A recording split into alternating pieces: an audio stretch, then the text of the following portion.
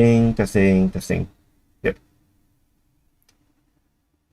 Hello, everyone. Hello. Let's see. Edit.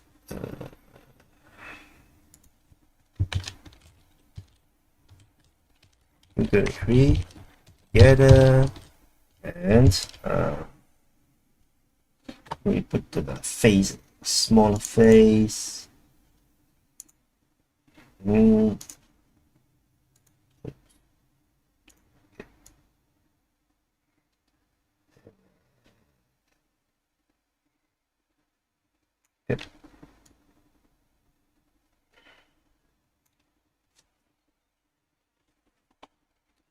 And review 2022. Hello, Daniel. Hello, Random41. Hello, Clifford. Hello, Ethan. Happy New Year to those that have already passed the New Year. So no, UK or at least those that are on GMT +0 still have not count down yet. They still have not passed into 2023. So let's do the countdown together. So Random41, hi Social Justice Warlord. Hi CKG 3.0. How are you? What you got? Good. Lex, hi Leading North. So let's do countdown together. So if you have already count down, there's a good time for you to count down again. It's 7:56 a.m. for me. Is like almost 8 a.m. because Singapore is on GMT +8. So just nice, I thought, hey, it's a good idea. Let's count down together, because yesterday I didn't really have a countdown because my daughter is sick, so we never went out to count down. So now I'm like compensating for it. Yeah. Hi Rob. Hi Donetsk People's Republic. Hi Iron Duke. Yeah. Yeah, Iron Duke. Yeah, I think New Zealand is like half a day gone already, right? Into the day one of 2023. So just how I want to do a casual stream on the main channel about to count down together, and also to do some review. Let's talk about 2022. All the things that had happened has been a really crazy year. So I thought it's interesting to look back at all the shit that had happened over 2022. Is the mic okay? Is the audio okay? Can you guys hear me well? Yeah, it's 1 p.m. It's only 8 almost going to 8 a.m. for Singapore. So it's like it must be quite sad to be living so far east. Like the world have not even catch up with you. Hi Mihai. Hi Jordan. Hi GSM. Yeah, thank you for shelling the like button. Maybe I should bring it back someday. I'm not sure. Hi Super Yankee. And hi Skoda.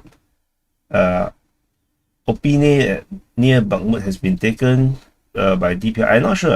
Yesterday I didn't do the Ukraine war update because I was like doing my New Year resolution, and I was like also trying to find some time eating with family.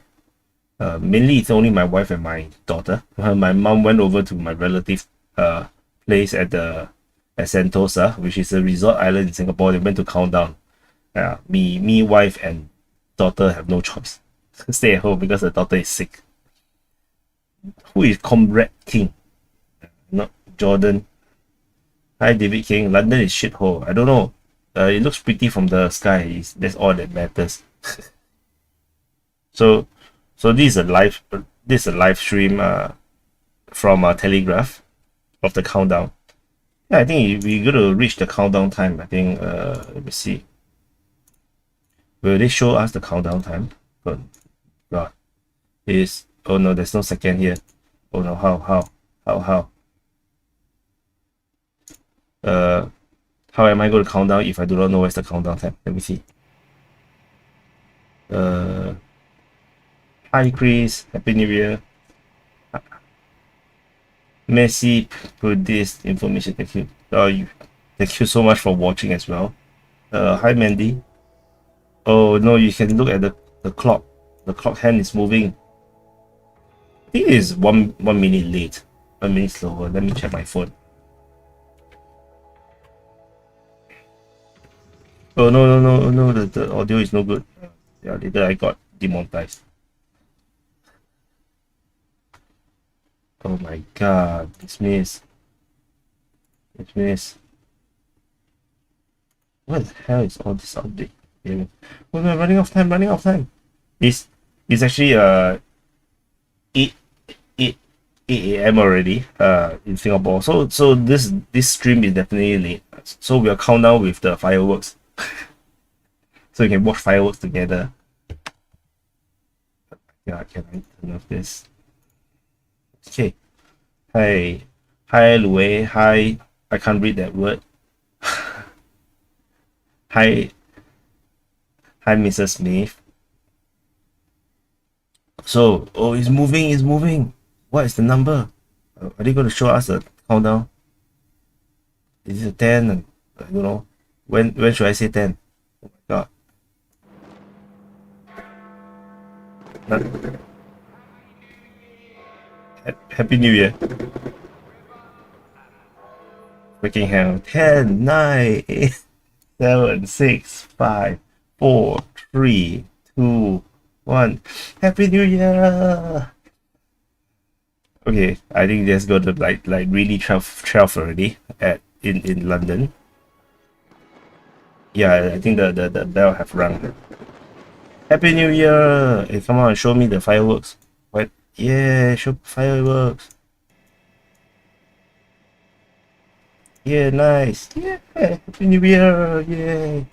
Yeah, we celebrate New Year together again. For those that have already celebrated, those living in the US, yeah, it is a pre warm up for a warm up for your Happy New Year. Yeah, Happy New Year. I 2023 we love from London. That's cool. Yeah, I haven't even seen the Singapore fireworks yet. Actually, I should pull up the Singapore fireworks. Since you all say Singapore, you see, say London is a shithole, right? Singapore fireworks 2023. Let's see.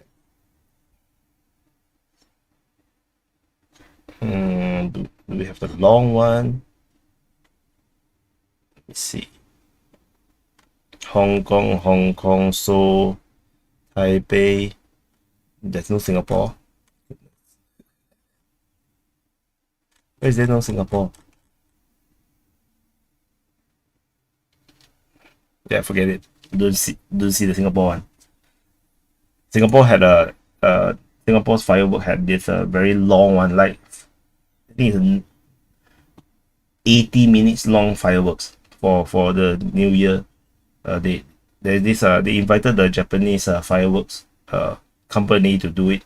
So it was like a epic 80-minute ones with drones and laser lights and everything. That's quite crazy. Yeah, nice. So Happy New Year to everyone. Happy New Year, Wallace, Edward, Glenn, Baby Gerard, Murphy, and Happy New Year to Donetsk People's Republic. Julian wrote the police report 90% of PNA. What the hell you post and delete?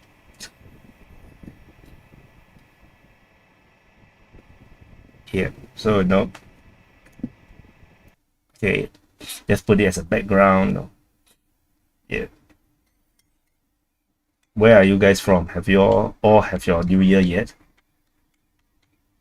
I think the people who are in UK or GMT +0 will not be on the stream here. I think they will be busy out doing the countdown, right? If you are here, you're pretty no life. I think you're quite sad.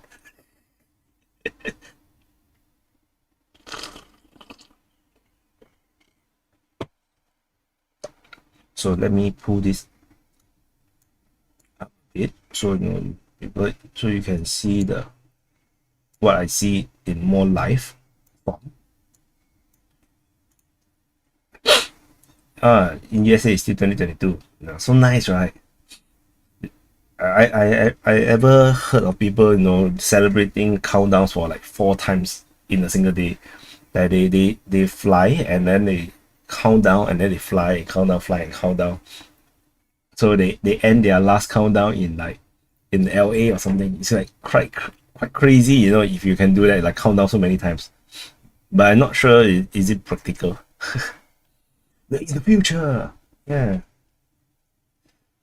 3 a.m. That's still very early. I'm 8 a.m. now. It's crazy. It's 8 a.m. now. So so lately, I have been I just pushed all the war reporting right to the DPA war channel, and then my and then the people start unsubscribing from this channel. I'm so sad. The main channel, people start to unsubscribe to this main channel. I just want to show you. It's like, is my channel going to die if the Ukraine war going to like end like tomorrow? Like I show you. You see this dip? I was like, yes, we're so close to 51,000. Then I was like, like, oh my fucking god. Just like, why people do that? It's like, is that all you guys want? Just Ukraine war? And it was quite sad also, when I post other content, like nobody want to watch. So it's like, it's time to do something. Like I can show you. This is my inside screen. The last sit rep at 300 is at 32,000. Then after that, right, people just don't want to watch already. It's like, I talk about Morocco, 3K, talk about Taiwan, 2K. Oh my freaking god. Looks like the channel is going to die. I need to report a bit more on Ukraine war on the main channel. So let's review. Let's take a look. Let's see if the Wikipedia can 2022 timeline.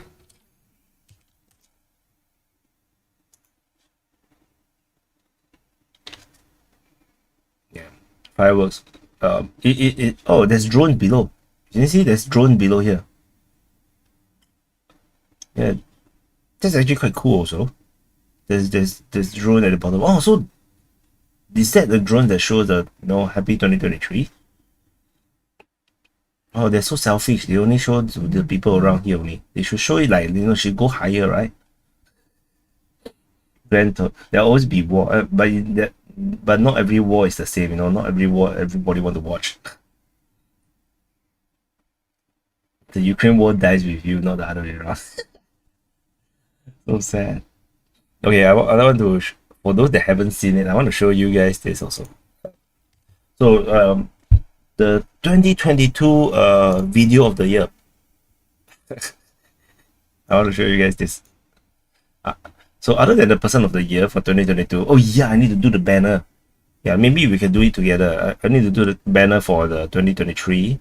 So as for those that still not know yet, the DPA person of the year voted by the public, by you guys, is Putin, Vladimir Putin, person of the year 2022. I tried to tweet at the Singapore Russian embassy. They don't reply me because I want to give the award to the ambassador, the Russian ambassador in Singapore. I haven't tried to email, and I think I don't bother anymore. Maybe I'm still too nobody. And this is the video of the year, in my opinion. So this is the video of the year of 2022. It just embodies everything about the year. She's a Ukrainian, wearing Ukrainian uniform, so that signifies the war that is ongoing at the moment, and have occupied most of our lives for the past year. But however, at the same time, the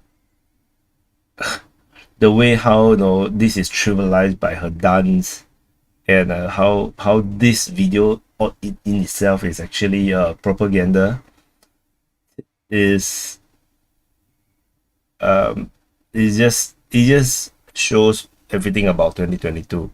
So I'm gonna change the title. So 2022 in review. Save. Okay. Yeah, so Daniel Petrucci say that Ukraine is a meme. It's becoming a meme, in a way it's becoming a meme. How do you know she's not a propagandist? She's not covering shit.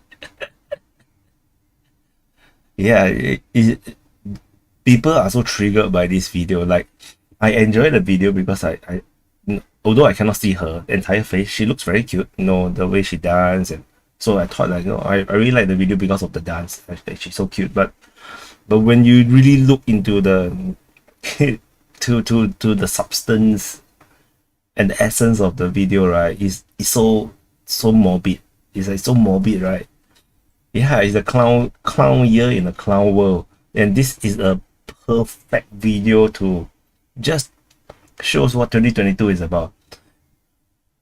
Medicine, if you think of it, why it may fall off, but we will have to be discussing events that have blossomed out of the Ukraine. Yeah, so this, which is why quite scary, when people start to unsubscribe to DPA channel, because it's like, is that all you care? It's just a war. Don't you think is other things about the geopolitics is important? So which is also why the reason why I have no choice but to spawn a DPA war channel, to separate out, because I realize that there are people who are just interested in the war, and I have to move the war reporting separate from the main the main thing that DPA by right is mainly focused about is the geopolitics, the economics, the internal politics. The DPA is not just about war. So which is why I have to separate it, because if not, the YouTube channel will die a sudden death, if Ukraine war suddenly ends. So sign her up for a Pornhub contract. Dancing Ukrainians. Is nothing happy in the war. I think she's mentally challenged. No, she might be someone's mistress. How you know? Glenn said she's a dude. No, her body, her anatomy is definitely a girl. Oh, but of course I can be wrong though. Stop simping. Oh no. Why you just want to stop me from simping? Neckbeard admirer. Anyway, happy new year, neckbeard. For those that are Americans, no happy new year to you. No, because your new year is not year for you. Okay, cool. Difficult because many channels have grown due to the war. Yeah, but if for those channels that are purely based on the Ukraine war, I'm not sure if they will survive the Ukraine war. Like, I mean, if the Ukraine war ends, I'm not sure how their channels will survive. DPA is never about the just Ukraine war. Let me refresh. Just for those that do not know, DPA actually have a website. The website actually precedes the YouTube channel. The website has been around for like since, I'm not sure, 2018. So I actually covers a lot of things, especially before the war. Before the war, there's the coverage, at least for myself, I actually focus more on geopolitics. Like, that is my interest, on country relations, the power balance, and those are more of my interest. The war report, I like war stuff, I like battlefield, strategy. It's just that it was never something that I really focused on. It just came out of nowhere due to the war coverage. As you can see, if I scroll down, so there are some sit rep, Lithuania, Russia situation, the time we covered. Remember, if those that are around then, when Lithuania trying to go for a self-destruct in June. So I know I did cover a bit on that. Then we talk about Gazprom. Then we have somewhat Eduardo writing about Shiification of Syria. And this is early days. In the earlier days, they talk about Yemen, Turkey, then North Korea, Armenia, Turkey. Then let's go for before the war. Let's see, what I wrote. So we talk about Singapore signing deals with Vietnam. And then what else? Not streamlined. These are still before the war. Okay, this is before the war already. February 24th, 25th. So Donbass, the final warning. I wrote some articles about before the war started, and I actually warned about the war. So I think I can open this tool. We can talk a bit about it. And you see, I talk about how NATO doubles down, and I talk about the signing of key agreements by Indonesia, Afghan troops, Japan signed defense pact, IMF, Cambodia. These things all around the world. Lex, what are you talking about? Just ask and I'll contact who you need to and pack it and bring it to you in Singapore. What you mean? What do you mean by this? Yeah. So Russia is now bombing Kiev. Very now. I mean now. I'm not sure if now is they're bombing it, but they have been bombing them for some time, right? So at February 15, tension was very high in Ukraine. Russia have surrounded Ukraine with a lot of military forces. So I wrote that there's a lot of misinformation. I was not convinced that Russia will invade. And I want to show this because I'm not pro-Russian. In fact, I never came into the war as a pro-Russian. In fact, you would say that I will go into the war supporting Ukraine more than Russia. And you can actually see through the article. It's actually my stance is that the Russia will not invade, but there will be certain situation that the Russia might. And I wrote. Let me zoom in. Okay, I think it should be easier to read now. So I wrote that this is February 15. Then I say that there's a lot of troops. And it's to threaten Ukraine from sorting NATO membership, as per what the Russians say. And as such, the West just keep encouraging Russia and refuse to give in. And as such, they deploy some tiny amount of troops, 3,000 near the border, and it's really not much. So these are some of the deployment photos. Then, but I also say it as it is. I say that the minuscule number of troops really shows that NATO don't really take the invasion seriously. And I did right from before the war say that the Ukraine seemed to be played by the West by toying with the possibility of accepting Ukraine into NATO. I say this before even the war started. And Ukraine held their breath, feeling that they are show hand in the poker game in order to get their NATO Article 5. And I called it before even the war started. So I talk about a bit about 2014, how the West don't really care about Ukraine, and Russia took over Crimea. Yeah, this is Maidan. So I showed this is the 2012 parliamentary election result. So Yanukovych is the party of regions in blue. So he won all these places in blue. Yanukovych, the one that got overthrown, was the rightful president of Ukraine. So, and I want to show you this map. This is the, let me zoom out. Okay,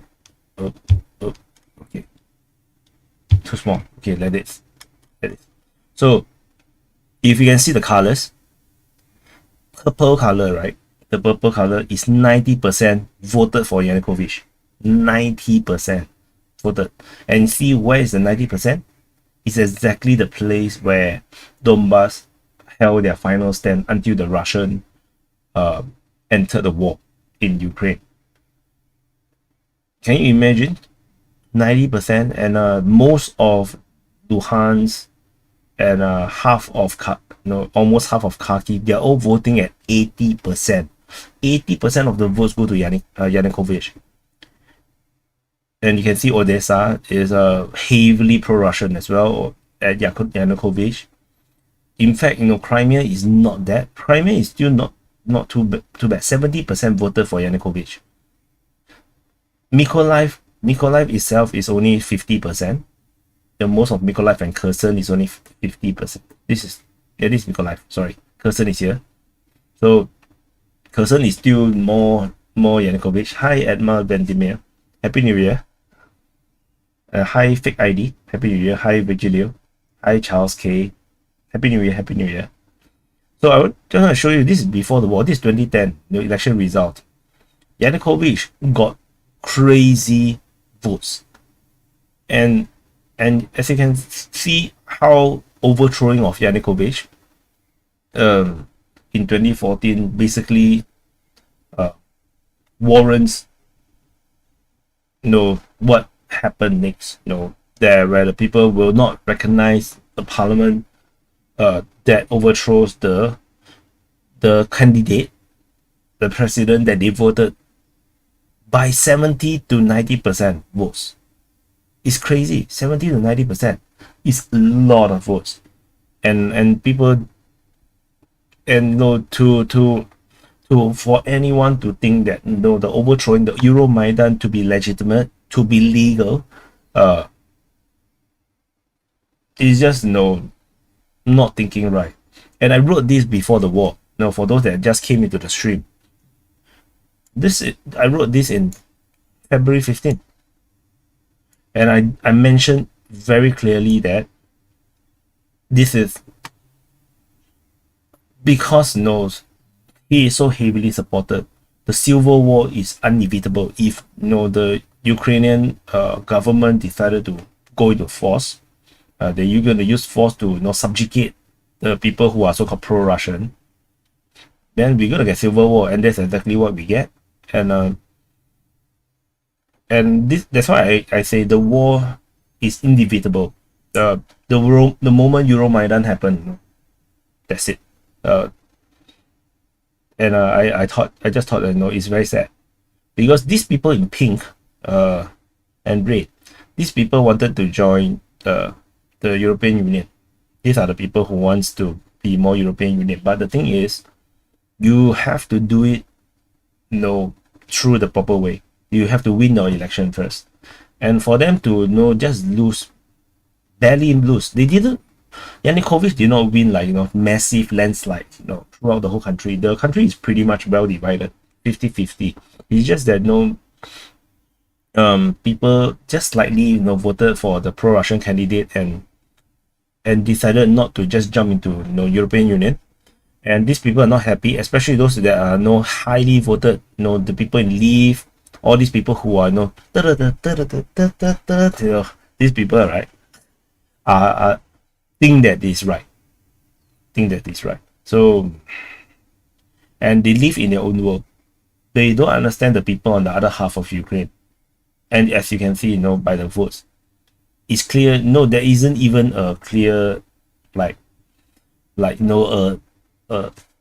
clear buffer zone between the two sides. You can see the lightest blue and lightest pink. We only have seed here and here. This is the lightest blue and lightest pink. Everyone else in between, is vote. They are more different than not. So Yeah, Mehdi said he lost military friends over saying from the beginning the West have no idea what it was asking for because NATO is a paper tiger, and tweet an Azov Nazi in uniform that the CIA. So Mandy being based and friends just lost him. And I also this is a real problem, you know. The people friends do not know what friends is about. Like the friendship should not be dictated by politics or geopolitics. No, I lost friends as well. The um in fact Defense Politics Asia is not started by my own. I started with another friend in and we kind of broke off because he have differing views about Trump. And I was pointing out to him the time about the Hunter Biden laptop, and I was telling him that, you know, because the Federal State of New China, the rebel group against the Chinese Communist Party, posted a lot of information, and I told him that, you know, you should really look into this as well. You know, and he basically, you know, totally uninterested, and I criticized him for it, and then we kind of have a fallout. And today with the Twitter files, I'm proven correct. No, I'm totally right, 100% right. That no, it is something very major, and everything is accurate because I did check the tweet, the Hunter Biden stuff. I actually look into all the things that was reviewed.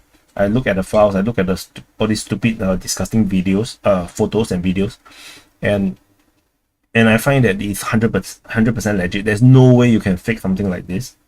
So no, just unfortunately, you know, I lose the partner, and then I revamped the whole DPA without him because before this DPA is more like a think tank. We just share our opinions, and after he left, he deleted all his articles. He's a more militarily geared guy. He like to write about military stuff. I like to write about geopolitics. So I revamped the whole thing, the whole DPA into like a news outlet, but I still retain the think tank kind of idea as well. Hi Adil Achaba, Happy New Year. Have you seen male born in 2006 for military service and woman as well? Trump is racist, but he's fighting very good. Fighting ISIS.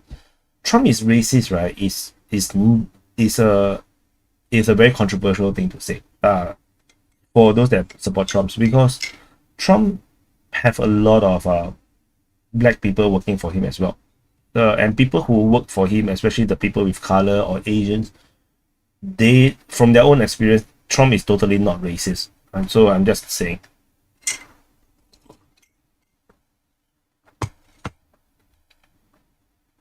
Hunter Biden has sex with the brother's wife. You sure it's just the wife? You sure it's just the wife? Hi Michael Van, Happy New Year.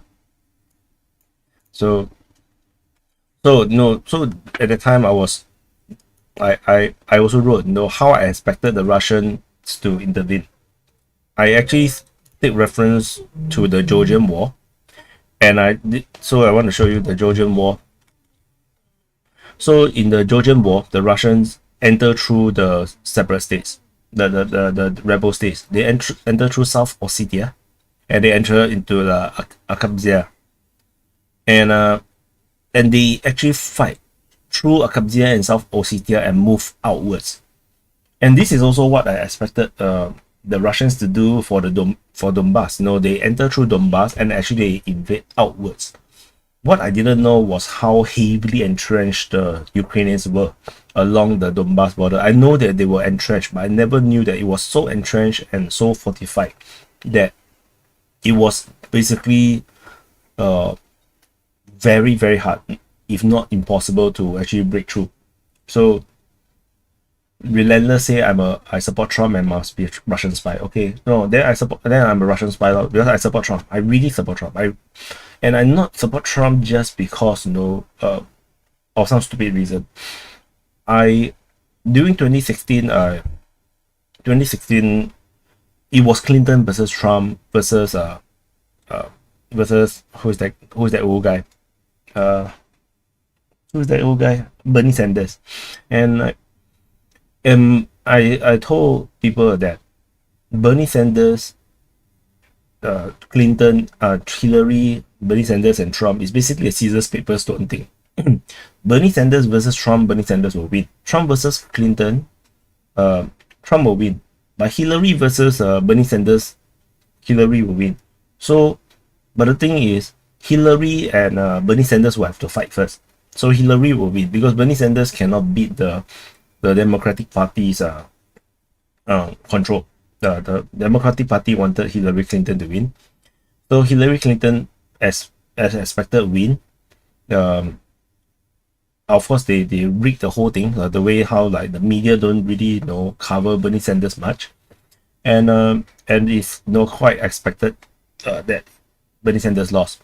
So Hillary Clinton versus Trump, I did say that Trump will win Hillary Clinton. So I all the while right from the beginning, I already predicted Trump will win, and Trump won.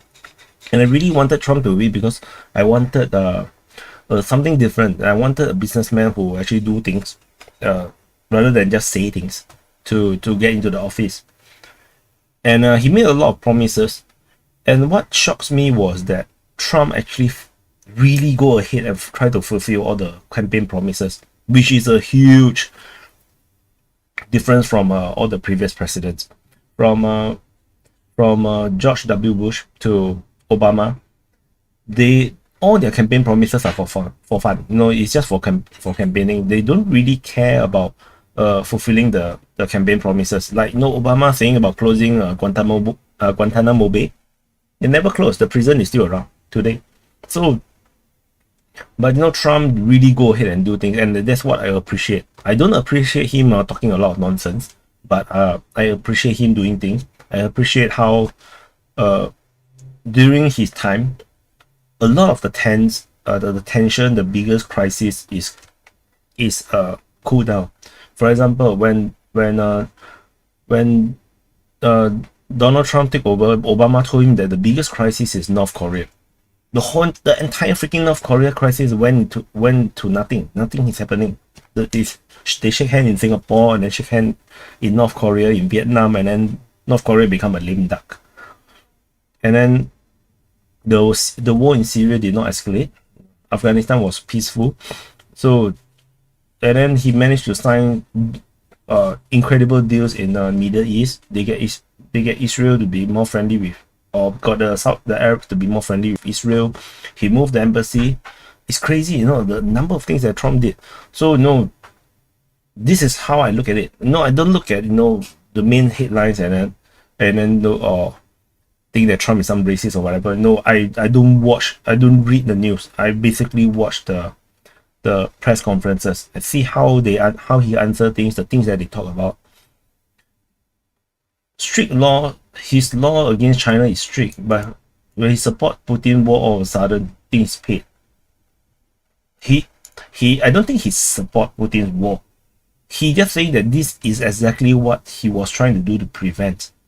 Yeah. So no, but anything. So Trump abutted aside. Yeah, this is one of the things I cannot understand, because Trump could have pardon Assange, but I think Trump is not a political guy. He don't read news on politics. He's not political, which is why he don't really understand the whole concept of Julian Assange. And I think that for him, Julian Assange is an enemy of the state, which is why he didn't pardon him. You have to understand, Trump is not like us. He don't read the news. He only watch Fox News in the morning and that's it. But he just based on the things that the people that he meet, the things that he learned from them, and he's very open, which is why he can even hire John Bolton, and then to test out and see what the hell is he about. So he don't even know John Bolton very well, and then he put him into his administration and test him out and see what kind of people he is. Leto say I have a wife and calling other girls cute on stream. Yeah. I told that to my wife too. Lin, hi Lin bro, happy new year. Hi Leto, anyway, happy new year. Forgot. Hi Mac Damon, happy new year. Hi Keon, Keone. Believe in bipartisanship in US is a belief in center. Yeah, so anyway, let's not talk so much about Trump. It's not a Trump year. 2022 this has nothing to do with Trump. Nothing much. So this is what I expected. The war to go through, like in Donbass, they will go through Donbass and liberate outwards towards Kiev. But that's not what happened. They went for a more shortcut. So I noted that Georgia was trying to gain NATO membership, and then he was left to defend for himself. No one actually went to help Georgia.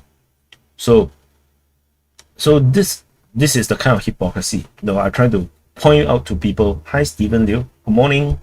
Happy New Year. Hi, Fragati Day. Happy New Year.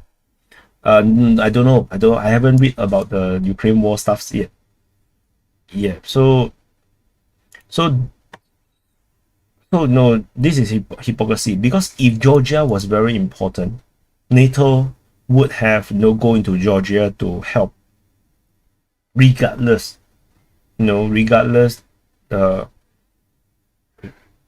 Russia invades or not. But they did not, which means that the entire move to bring Georgia into NATO is just a chess move to put pressure on Russia. That's it. Georgia is not important at all to NATO. This is how you look at the geopolitics, which means Georgia was played. They were actually being influenced and being scammed by the NATO to think that they have a backing of a very powerful alliance, so they can do whatever they want. And Russia invaded to prove that that NATO is just bluffing, and Georgia realized that. So you can see that in this Ukraine war, Georgia totally just hands off. This like, no, don't bring me into your bullshit. They basically tell Zelensky, just don't bring me into your nonsense. We don't believe you. And Georgia did not even supply a single bullet to Ukraine. Not a single bullet. Georgia totally did not help Ukraine at all. Georgia did not, despite they were the victim of a Russian invasion. Georgia was like, no, don't come in. And as such, Georgia actually did pretty well during this in 2022. If I'm not wrong, Georgia, I think their trade volume with Russia actually increased.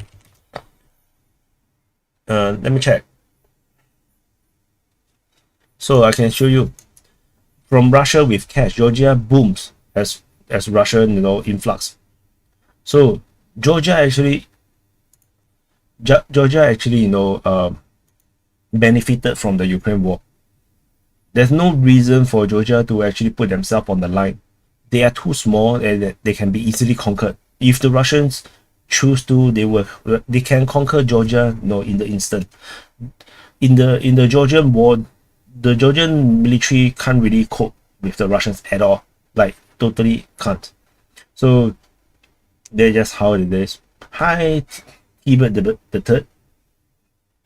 Happy New Year. Hi, Bounce Head. Happy New Year. So hi, Sir Tomanen. Happy New Year. Hi, Andrew Cole. Happy New Year.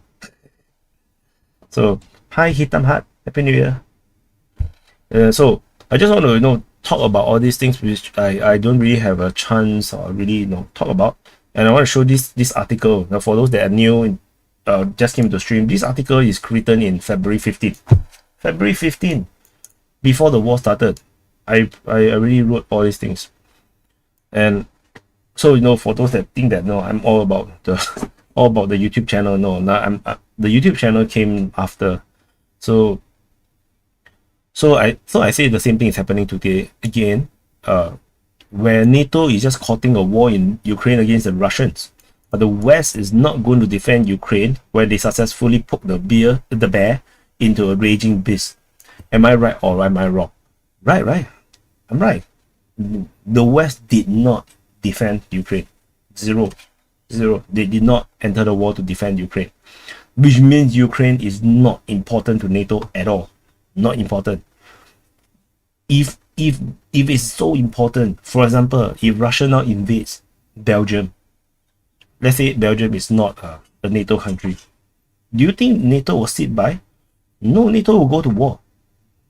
They will not allow Russia to have an enclave in Belgium. It's just strategically, important to NATO, but Ukraine is not, which is why NATO is happily allowing Ukraine to go to hell. The same thing what happened in Georgia. All these countries, even I tell you, even the Baltic states, it will be the same. Should Russia invade into the Baltic states, NATO is unlikely to also go to war. Is unlikely to trigger the Article 5 to enter into a world war for the Baltic states. I don't think they will. Very hard. So, but of course, they are already in NATO, so it might be a bit different. So it's more beneficial for the West if Russia get boxed down in Ukraine, a never-ending war like the Soviets suffered in Afghanistan. So then to actually accept Ukraine to NATO and risk a major war for nuclear power. I call it, right? Everything is correct, right? No, this is written before the war. So this, hi Sutin, Happy New Year. Hi Paul Rebel, Happy New Year. So hi Tim Gibson, Happy New Year. Hi Johnny, Happy New Year. And you see, this is just accurate. Then see these people, maybe half of them is dead by now, or they are all these kids learning how to use the AK. Yeah, they are now in Europe, Western Europe.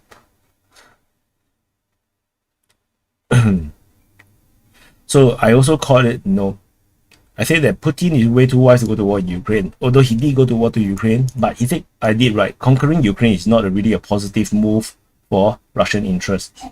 But of course, war in Ukraine is also not. And fighting Ukraine will just play into the hand of the West. However, Russia no choice. They just have to do it. And I did say that the NATO's aim is to disintegrate the Russian Federation into smaller states. So I'm very confident that the Russia and Putin will not invade Ukraine, but there's a red line that cannot be crossed, and which is the offering of the NATO membership to Ukraine. So what happened since the article was that Russia actually wrote a letter to US and NATO and categorically asked them to say that they will never accept Ukraine as an ultimatum, and they were ignored. So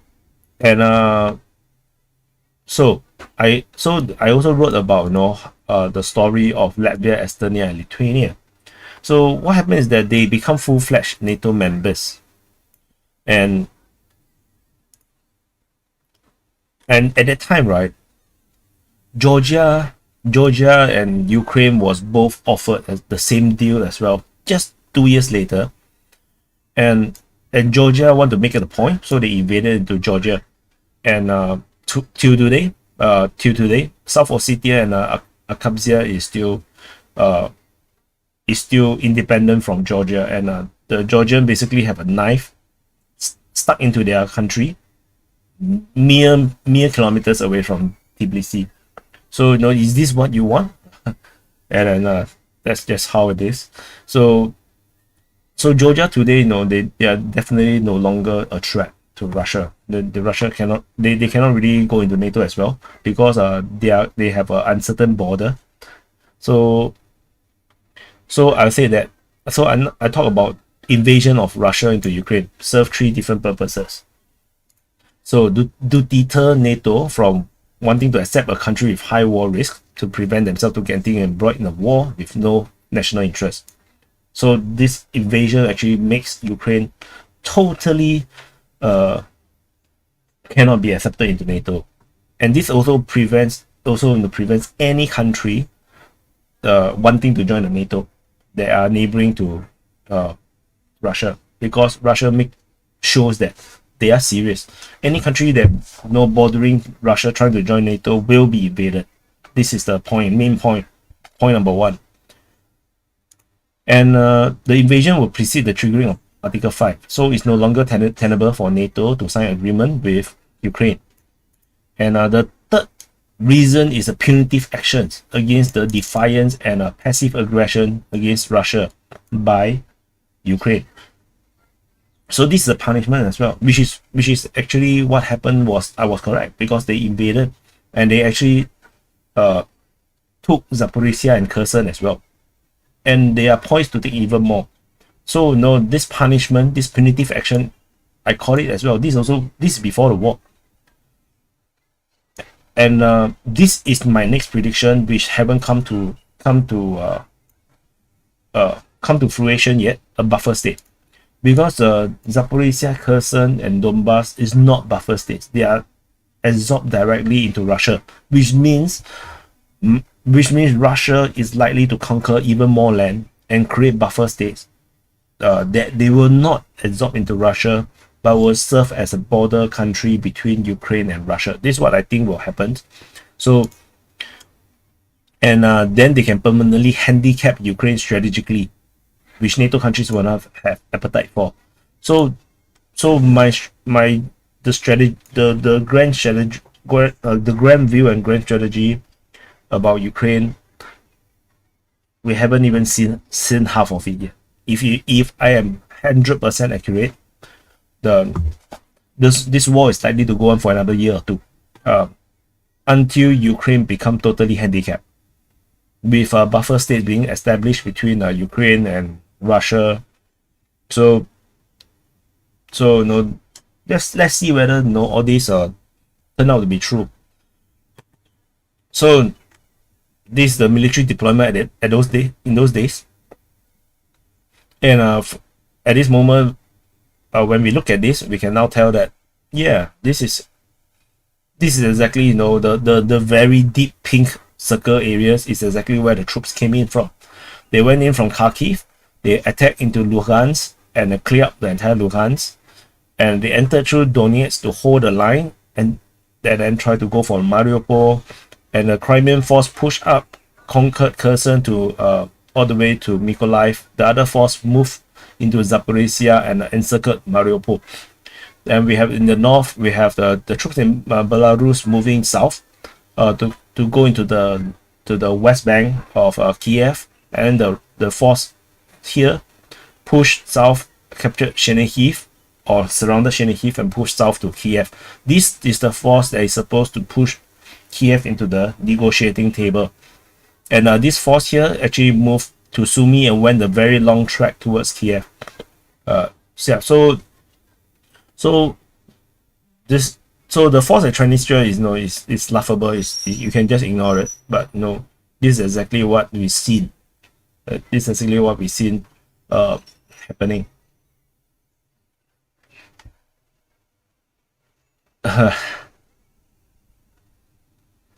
This session of DPA 23 is how correct I was in Russia Ukraine. Yeah, in a way.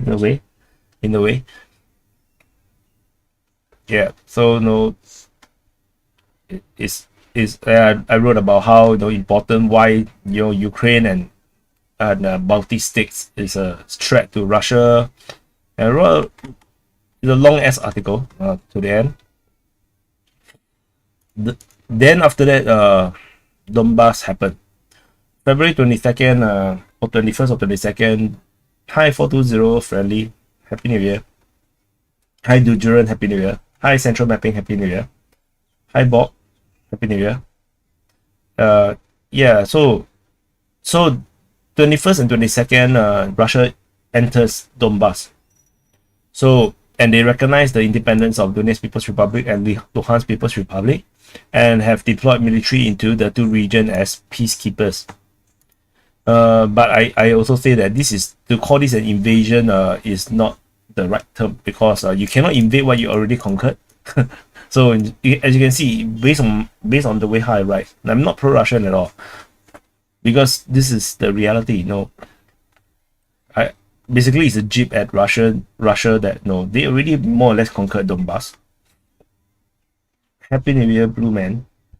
And so I wrote this part of the same strategy. I believe that Russia will attack from Donbass out. But no, my opinion was that it's not an invasion of Ukraine yet, because they basically Ukraine has already lost Donbass. So you can't really lose what you already lost. And so it's just that now they were then announcing the official backing of the rebel forces. So So blah blah blah, you know. And for those that did not know, there was celebration in Donbass when Russia recognized Donetsk and Luhansk. This was the fireworks. This was when Russia declared that they are entering Donbass, and fireworks went off in Donbass. And so more, it's like New Year, you know, very festive. So then troops started to enter into Donetsk. So I say that the loss of Donbass is basically the punishment. So and before the war even started, even though that I'm not pro-Russian and I'm actually more or less backing Ukraine in the sense that I don't want Russia to have a quick victory, I did also write that I doubt Ukraine will defeat the actual Russian army because they cannot even defeat the Donetsk and Luhansk ragtag paramilitary. So yeah, so this was what happened then. So losing the two is the punitive measures, and let's see what else. So this was the map then. This was what the front line was, and as you can see by now, the Russian forces have captured everything here. They are now here in this Marinka, as you can see, this Marinka. So the front line push all the way up to Voleda is here. This is Voleda. So the Russia conquered everything south of Voleda line here. And further up north, you can see that Bakhmut is here. Now we are fighting here in Bakhmut. The front line here at Holivka region, not very much difference. Volkan-Okayamsky is here, which I think is captured. But there's Adivka here. So, you know, the front line around Donetsk not really changed much at all. Holivka, I think the Russian push up a little bit more. And yeah, further up north, the entire of Luhansk is gone. The front line now is Crimea. This is Crimea and Cherno-Popivka, which is here.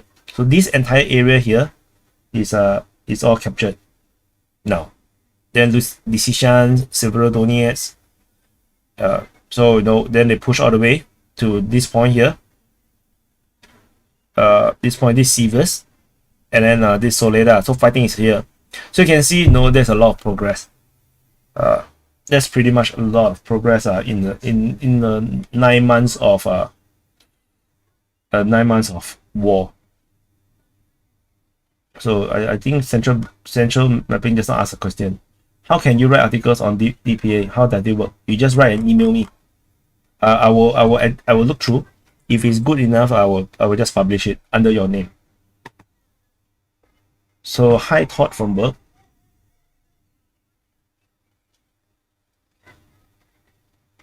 So what else? What did I write? So you see, this is where I went wrong. I said that Russian military will unlikely invade from Russia and Belarus directly into Ukraine. This is the part where I was totally wrong, because I did not know how heavily entrenched the front line was. So, which is why this was caught wrongly. Because if I have known the front line was so much more entrenched, then I would have considered that there's a likelihood that they will invade into Ukraine from a different direction, because it is not possible to break through from the front line. So yeah, you did what adults do, change your views as the thing develop. Yeah, Chinese are completely unproven in military. Yeah, in a way, at least the ones that are proven are already all very old. But I did say the Air Force can attack from a Belarus air base, and yeah. So I keep mentioning, no, I don't expect an actual invasion of Ukraine. So yeah, this is the part where I was totally wrong. But NATO preparing popcorns is totally correct. No, NATO will not come into the aid. The reality is this: NATO will not come to the aid of Ukraine and will not accept Ukraine into its alliance. And this I totally called it. Totally called it. Yeah, is to for Ukraine to not see it even until today is crazy. It's totally crazy that they cannot see it. So and NATO countries might actually be glad they no longer need to discuss about accepting Ukraine to NATO. Yeah, I actually believe this is true also, and it's still true today. You see, Zelensky was still looking young and healthy. Now he looked like shit. So, and this I think is still true. Geopolitical situation is bleak. Geopolitical capital is spent. The West will not come to help Ukraine, and this is was what I afraid of. That a major war with Russia between on Ukraine will actually spark opportunity for China to invade Taiwan, which was what I was very afraid of. Because I do not want China to be encouraged by Russia's action in Ukraine. So yeah, so this is interesting stuff in the past. So let's go through the year. Finally, let's do the review of 2022. Adil actually asked a question. What do you think of the failure of the military of the Western country to recruit enough soldiers? In Morocco, we have the opposite. We have surplus of volunteers. Is the whether you recruit enough soldiers, I think it's something to do with the economy as well. I think if you are very rich, I think your country's economy is doing very well. It's very hard to recruit soldiers unless you pay them very, very good. And the thing is, the Western countries are not interested in militarizing as much. They are too peaceful. They are so used to peace. They are really not into war, which is also why they will never really help Ukraine militarily. They only just give things that they don't even bear to give. Like they give Ukraine a lot of equipment, but they actually feel heart pain giving Ukraine all those equipment.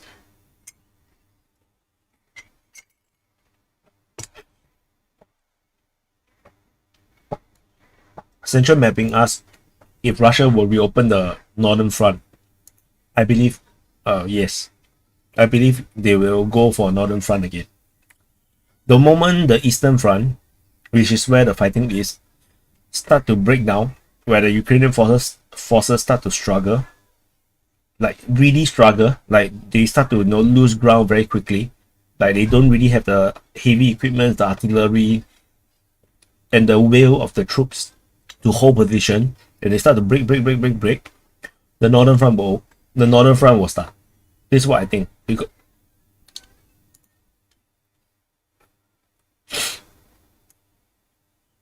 I do not know what you write about this.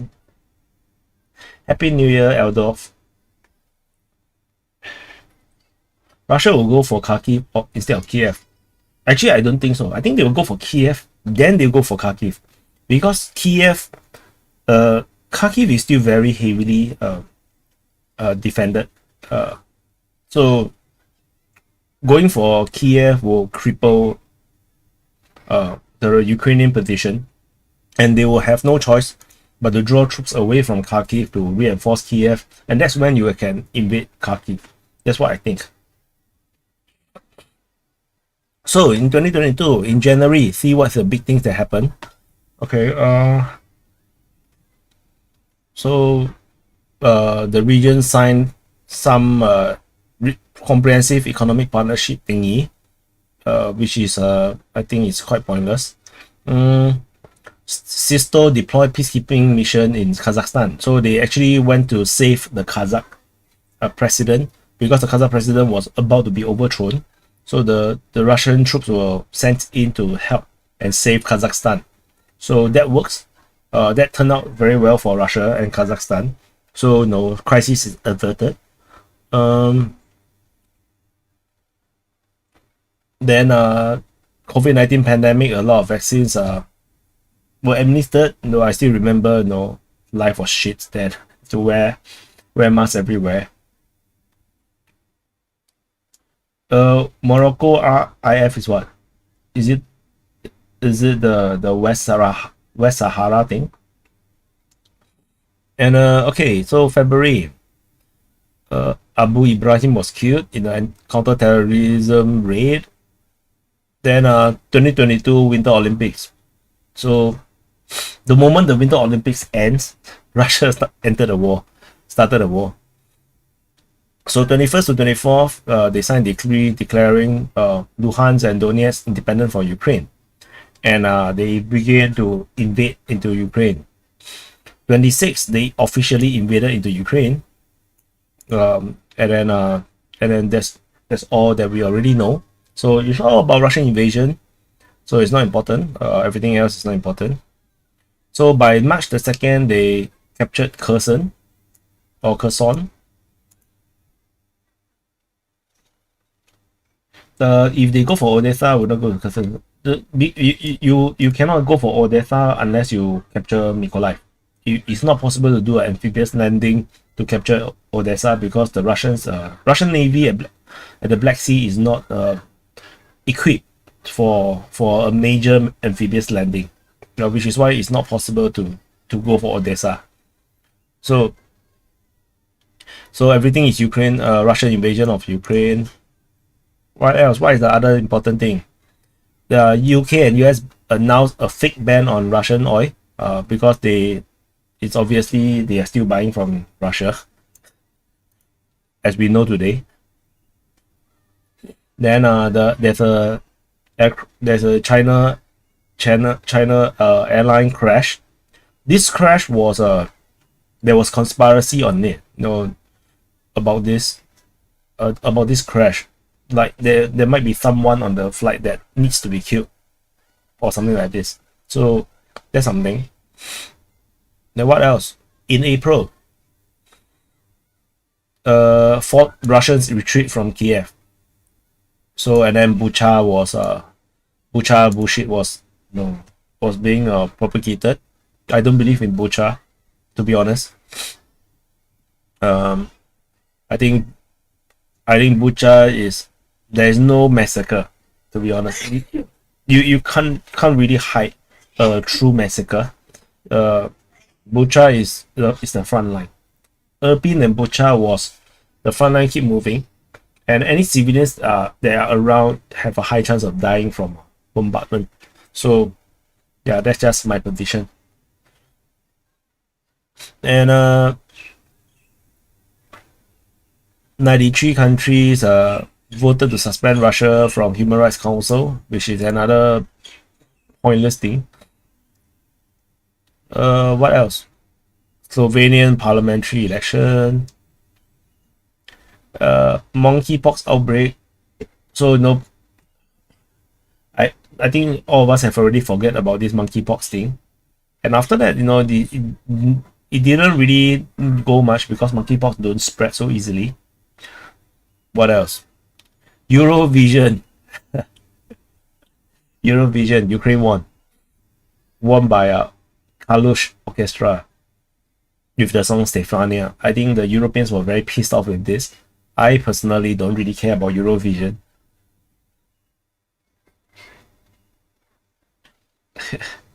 Yeah, Justin, great toy. Yeah, you have to be more subtle.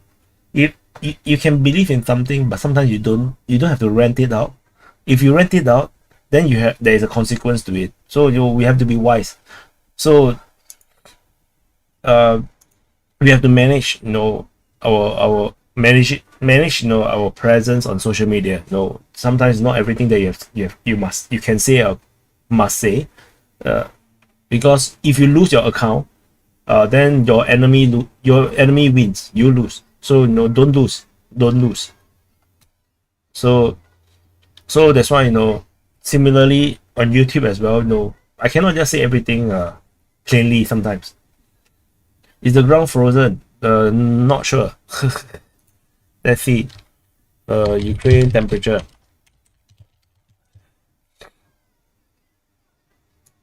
Ukraine temperature 5 degrees. No, not frozen.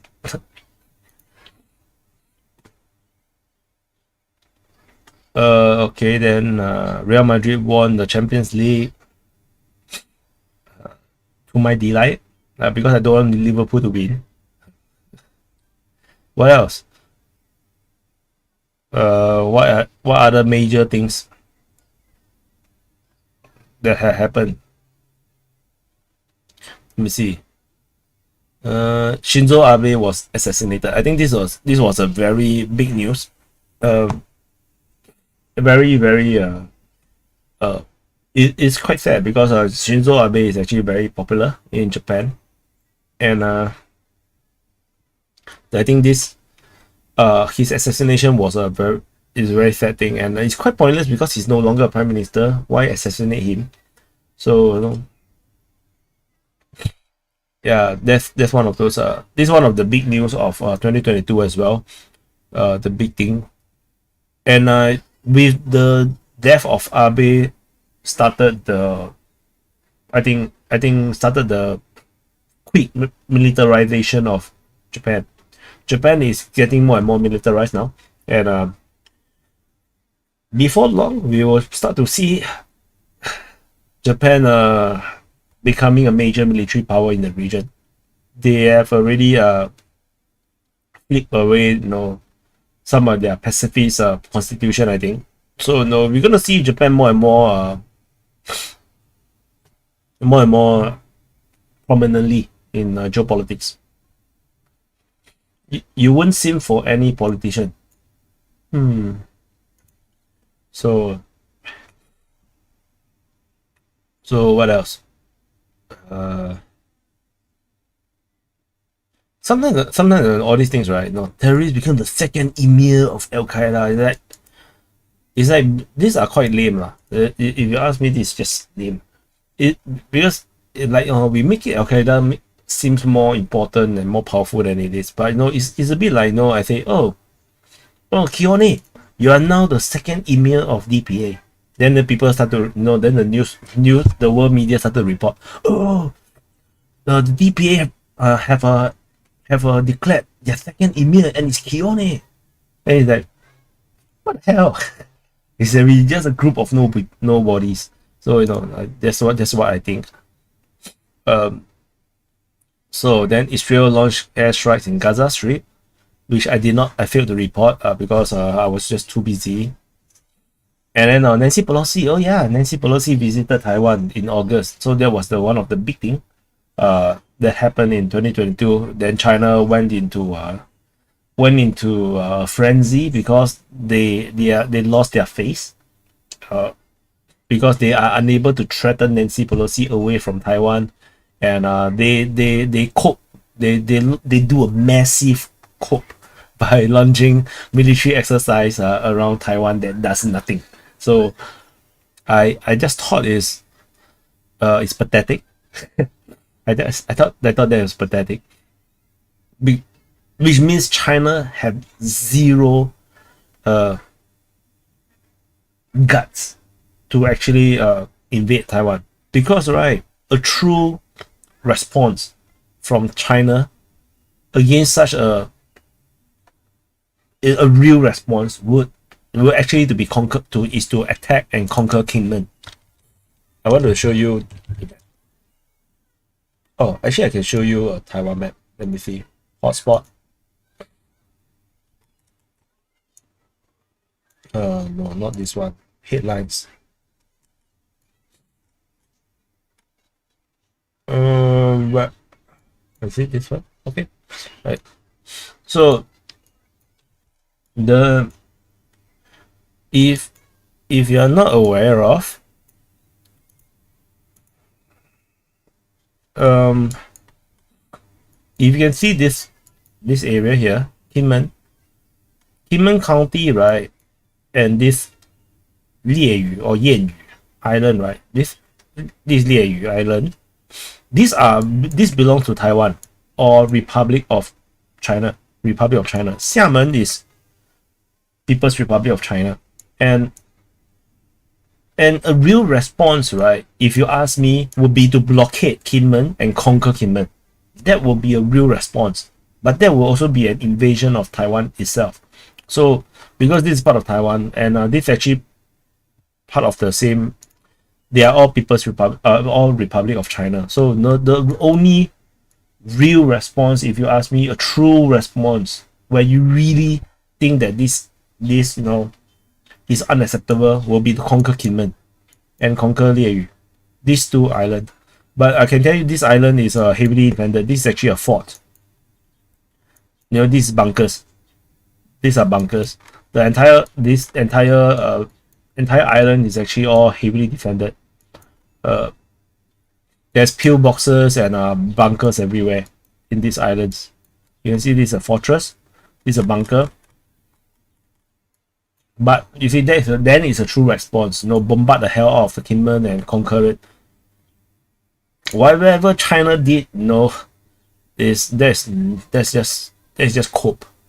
That's just coping. What the hell is this, man? So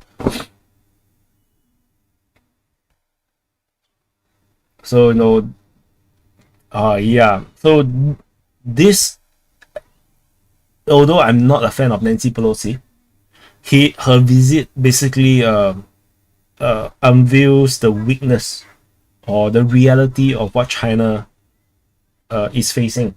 Is that China is not ready for a war for Taiwan, and the best thing that they can do against such a controversial visit is merely a military exercise around Taiwan, and that's all they can do. That's actually quite sad. Nice quote. So, and then what else? What is Pakistani flood? So 2022, there's some massive flooding in Pakistan, and this comes at the same time where Pakistan is going through a political crisis. And then UN released a report stating Xinjiang and treatments of Uyghurs, the camps may only, not confirmed, may constitute to crimes of humanity. So September, they agreed to impose a price cap, which took until recently before they actually tried to impose it. Liz Truss, Liz Truss become the Prime Minister of UK, which is amazing on its own. It's amazing. Queen Elizabeth died. That's another major news of 2022. China army is 100% volunteer. That's called professional, not volunteer. It's not a volunteer army, it's a professional army. They are all paid. There's no such thing as volunteer. only Taiwan's call it volunteer. I think it's quite lame. You don't want a volunteer army, you want a professional army. So then in September, there's an Armenian-Azerbaijan clash where Azerbaijan started to attack Armenian positions. And this goes on till today, where Azerbaijan have absolute advantage over Armenians' military situation, and there's a lot of videos coming out of Azerbaijan crimes, war crimes. Basically, they kill and torture Armenian soldiers that was captured. So it was quite brutal. No one should side any side between Armenia and Azerbaijan. Both of them are not good guys as well. So state funeral of Elizabeth, the Queen Elizabeth. What else?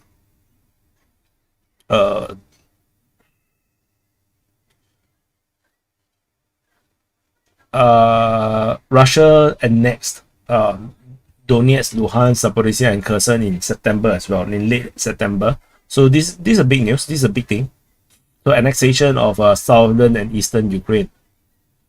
So this is the first punishment, on Ukraine by Russia. And what else do we have in October? Crimean Bridge happened. So there's an explosion on the Crimean Bridge, and this was a major event in the Ukraine war, because this actually kind of triggered Russia into a more major bombardment of Ukraine. Elon Musk acquired Twitter. So in October, late October, Elon Musk have taken over Twitter, which I think is one of the most positive news coming out of 2022. I think that is a very welcome change, to big tech censorship or things. The Also in October we have Rishi Sunak taking over Liz Truss. So what do you guys think about Rishi Sunak so far? I'm not sure what to think about him. What you guys think? Is he doing a good job? Or no? What you guys are opinion about Rishi Sunak? Now let me know in the chat.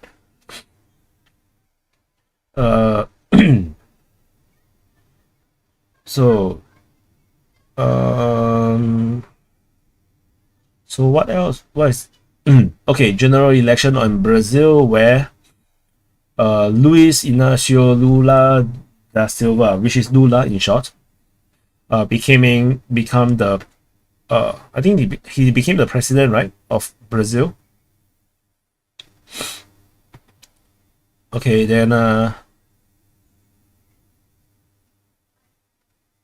Benjamin Netanyahu becomes the prime minister again. He's still prime minister. Actually, I'm not sure. Is he still prime minister? I'm so lost. Yeah, he's still prime minister. Freaking hell! This guy would never just can't stop being the prime minister. I thought he lost previously.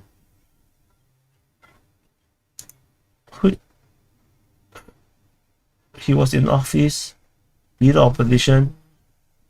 Yeah, I remember. No, Netanyahu stopped being prime minister. So this guy only was prime minister for like August, September, November, December, 4 months. Oh my freaking god! Oh, so sad, man. Yeah, Lapid. Yeah. So apparently Netanyahu is still the prime minister of Israel. I can't believe it. Unbelievable.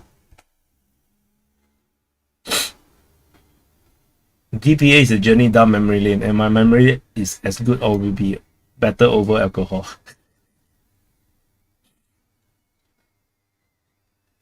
So Pelosi's visit gave China a free reason to deploy the Navy around Taiwan, and nobody understand part of the Chinese goal was able to pre-deploy around Taiwan. Now it's normal thing. Taiwan Navy, China Navy had always been able to just go around Taiwan anytime they want. So it's nothing special, if you ask me. Then G20. So in November, we are now in November already. So fast, FTX crashed. So the FTX crypto exchange crashing, value once upon a time 18 billion. Cost so many sovereign funds and prominent people to lose so much money. FTX. Singapore sovereign fund was invested in FTX as well, and this caused some protests, not protests, but as in questioning by the Singapore public about FTX, about the government's investment in FTX. How can we misjudge FTX? So that happened, and population reached 8 billion. Wow. Okay. This statement sounds so much like Civilization. If you guys play Civilization, it's like that a prompt will appear and the world population is now 8 billion. It's like the kind of situation. It's a bit funny. So, and then there's a missile exploding in Poland. I have an article, not by me, but by DPA people like you guys who wrote, I think, 2 different articles on this, on the DPA website. So I'm thinking of doing a video on it, but I got a feeling nobody want to watch it. Okay, so let's see. And the Malaysian general elections was over, and Anwar Ibrahim becomes the prime minister. This is actually quite a big news, because Anwar Ibrahim was one of the rising stars, 20 years ago, of Asian politics, and he was poised to be one of the one of the new big statesmen and then he got totally crushed by Mahathir, the previous prime minister, the long-time prime minister in Malaysia, and finally Anwar Ibrahim finally become prime minister. And let's see what he can do for Malaysia. I'm quite looking forward to him. So World Cup happened. World Cup happened, and won by Argentina. This is a big news. So then Nepal have elections. So a lot of elections around across the year. And in December the 2nd, G7 and Australia joined the EU to impose a price cap on Russian oil. So not sure how this will go. I think it will fail. Jesse asked me to do more open mics. Oh, I'm not sure how to do the open mic today because it's a new year, right? I'm not sure it's a good idea. Open mic. But yeah. So for those that you guys have not watched the DPA open mic, I highly recommend you guys to watch it because it's brilliant. I really love the open mic. Yeah, and unprecedented stream between DPA and History Legends. We planning to do more things. History Legend has been asking me so many times to do stream together. No, but I'm so busy. I just keep telling I'm busy. No, I really want to do some stream with him, but no, I was busy and I find it really hard to find time. But no, if you guys want, you will see how it goes. But now the important thing for DPA is actually to get the content strategy right, the content format right for the main channel, because now we move the war reporting to the DPA war, right? So the main channel need to be replaced with a different set of content. So I'm still trying to find a content structure which works, that there will be sufficient viewers that can attract new subscribers, so that the channel won't die, because for those that just came in, I'm so sad. Let me see. I can show you the viewers. We on Christmas Eve we got 50,911. I was like, yes, we're gonna reach 51,000, and then we started to drop. Now, so people have been unsubscribing just because I don't put the war reporting here. So that's a bit sad and disgusting at the same time. It's like, come on, man, there's more things than just war.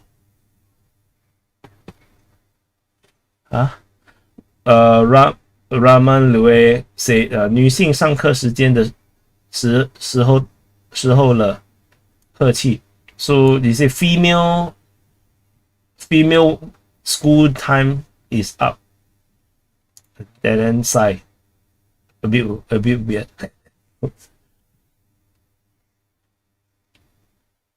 Yeah, central mapping. If you want to join the open mic, just go and buy a webcam. Just go and buy it. It's a good investment. Worth it. So open mic will be a great New Year's gift. Okay, think about it. The more collaboration with History Legend if you got. Yeah, I'll try. I'll actually, in fact, I'll screenshot him and send him now. Let me screenshot and send to History Legend. Give me a while.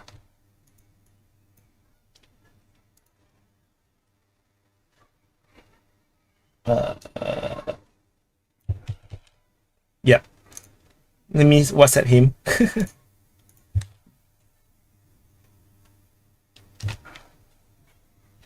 Yeah, I sent him already. So Dominikas Rukov, I screenshot your comment to History Legend already. And Happy New Year, Happy New Year. For those that I haven't said Happy New Year to you guys, Happy New Year. Social Justice Warlord, Happy New Year. You could have one channel and make playlists. No, the problem.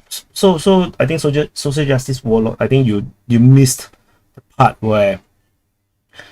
So what happens is that in every time I post a video, if I post a second video, the first video will lose traction. That's the reason why I have multiple channels, because if I have so much content, if I post a video, for example, I took 20 hours to produce that video, maybe it's a totally well edited video, but if I suddenly post another video that just took 5 minutes to post to create, this this first video will start to lose traction. So even let's say it is doing a hyper growth, no, is going viral. The moment I post a video, this viral video will immediately ban. It will not. It will start to lose its traction. It will start to become viral. That's how the YouTube algorithm works. It punishes you if you have too much content. So I have to separate all the content into separate channels so that they stop affecting each other. And the funny thing was that the DPA war channel is out now on a separate account from the main channel. It's like totally is a different email at all, because previously when I post something on Defense Politics Asia, it's going viral. The moment I post something on DPA war channel, this video on the main channel actually also get affected, and vice versa. If let's say the DPA war channel video is doing very well, then suddenly I post something on DPA channel, this thing bans as well. So I move it totally apart so that there seems to be no relationship other than the revenue where YouTube pays me, which is the AdSense. Other than the connection by AdSense, the two accounts is totally separate now. And so now when I post something, I believe that it affects less. So which is why there's a need for multiple channels. So what do you mean by how long do I plan to do over my? You will do as long as I can. Thought Joseph say DPA is his favorite channel. Thank you so much. Sibret on the DPA main, please. Potova People's Republic. Just go to DPA war to watch, right? No, the main channel, right? I still want to cover the Ukraine war. Just that I don't want to do war reporting on the main channel. I want to talk about the geopolitics and the politics or the incidents around the Ukraine war. So it's it's more like a news kind of thing, different from news and analysis, away from war reporting. So which is why there's a separate. So I can still cover Ukraine war stuff on the main channel. Just that the war reporting, because war reporting is daily, so I have to move the daily things away from the other content, which I might take a long time to produce. So if not, I can tell you I cannot do a very heavily edited video, like what History Legends does, or any of those other channels that do like documentary style videos. I cannot do that, because if I have a daily report at the same time as a heavily edited documentary, the documentary is going to lose money for sure. 100% it would not be able to cope with the competition. Yeah, the YouTube algorithm is not weird, but it's just that they don't want someone to just spam content. So YouTube want you to spam content and dominate the entire page of recommendation just from one channel. And I can understand that, which is why I have multiple channels, so that people who want to watch a certain content can just be there. Like if you are only interested in the war reporting, you can just go to DPA war and subscribe there and don't join the main channel. That works. So the main channel will then slowly become a place where for people who want a more rounded view of the world, like understanding geopolitics and balance of power, is more important in that sense. So Hood from work asks anyone play war games they can recommend. He's trying to learn command modern operations. Command modern operation is so difficult, it's so complicated. I have the game, but I do not know how to play it. Moving war reporting to DPA war is pro-Ukrainian. Oh, then okay, I'm pro-Ukrainian. Slava Ukraini. Which makes me want to play.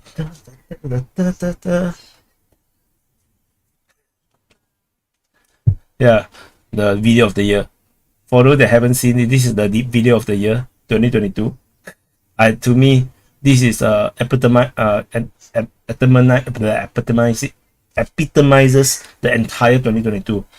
It's Ukraine war, and then it's also heavy propaganda and totally like a joke, like nothing is serious, be it everything is misinformation. Yeah, this is like the ultimate video of 2022. Yeah, and she does really well, she does really well. I'm not sure why they call it the Pokemon the Pokemon or Pikachu dance. I don't understand. I just thought she dance very well. I like it a lot. I simp over this video. Okay, let move that back, and then so what else? So we into December. We have that fusion ignition, National Ignition Facility. Did fusion ignition a major milestone in the development of nuclear fusion power? Oh my god, if they really achieve fusion power, my mind will explode, man. Because if we have nuclear fusion, you know what's the implication? Energy price will go to very low, to near zero. And with unlimited power means we can literally go into a Star Trek kind of universe where everyone will just work for the fun of it, in a sense. And with fusion power plus AI, oh my freaking god, we will just be having fun every day. It's no longer, there's no longer a very major need into working for the sake of working. We will then be more into research, into arts, into discovering the universe. Star Trek world, really. I'm not sure if I live long enough to see it. Hopefully they will develop something that will allow us to live like elves. We can live forever. So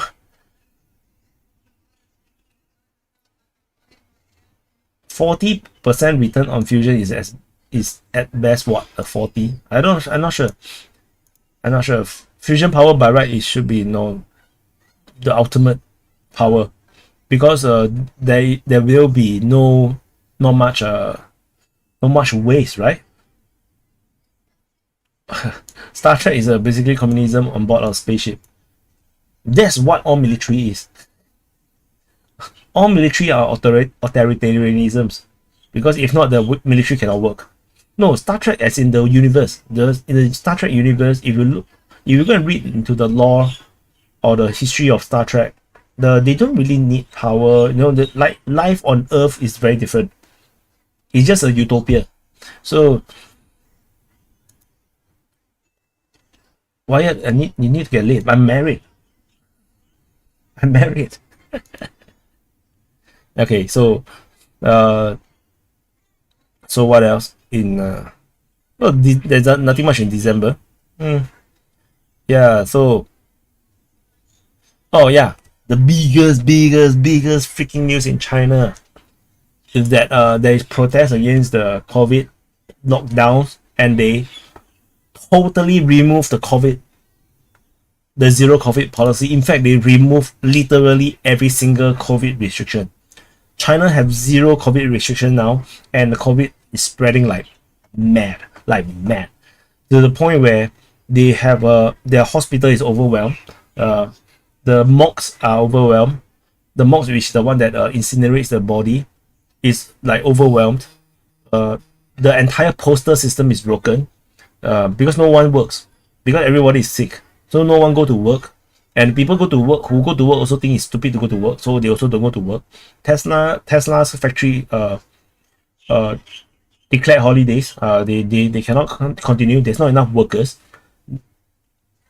If you try to buy anything from China, the stuff get thrown at the post office. No one is sorting it out. Even censorship. So China have a tremendous heavy censorship on their Chinese internet, right? Even censorship failed, because the people who are doing the manual censorship is not turning up to work. No one is working. So you can now post about censored content like Tiananmen incident on Chinese internet, and no one will be there to remove it. No one can get banned because no one is working. So China has reached a point of craziness breakdown. And I want to show you this. Oh my God. Yesterday, is it yesterday? Let me refresh. This is not yesterday. On Thursday, in Italy, half of the Chinese visitors arriving in Italy by plane tested positive for COVID. Freaking half. Can you imagine half? So the alarmingly high proportion of Chinese tourists infected, now urging European countries to test for COVID. So so so no, on 2 flights on the December 26th, which is the day after Christmas, they they tested. The first flight they tested 38% of the passenger is positive, which is still an amazing amount of people positive. 38%, that's nearly half. On the second one, 52% was positive. So can you imagine the situation in Taiwan, in China?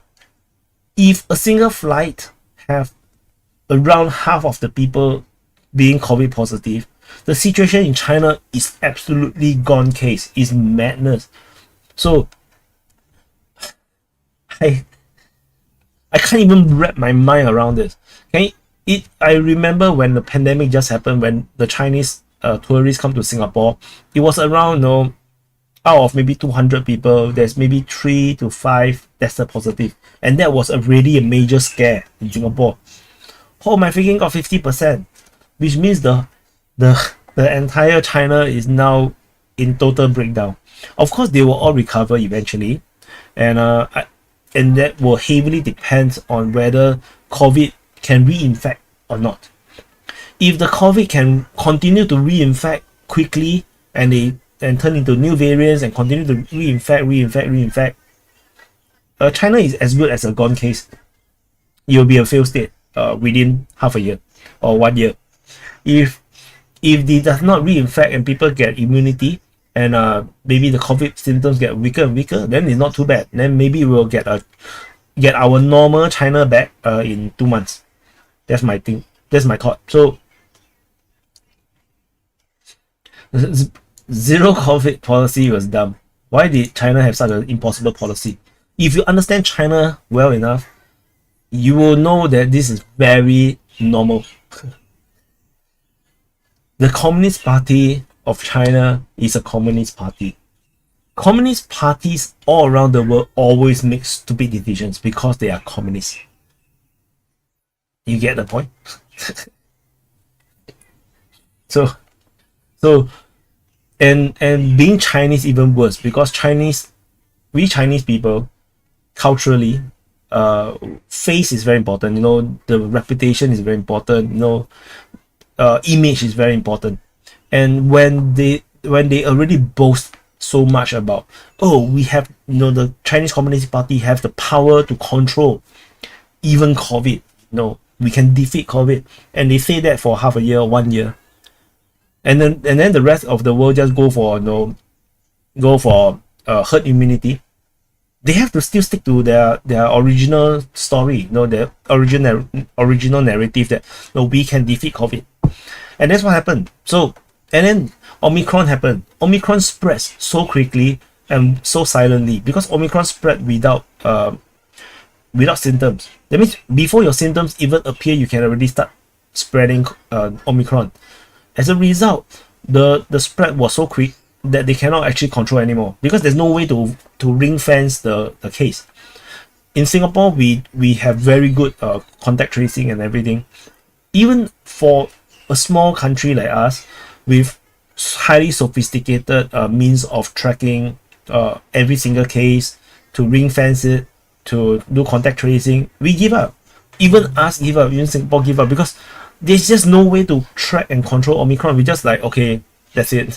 We just everybody just wear masks and just slow down the spread so that our healthcare system can cope, and we'll just live with COVID, and that's it. China just went zero, and then they blockade, shut out entire neighborhoods, hoping that the COVID will just disappear, and it doesn't work.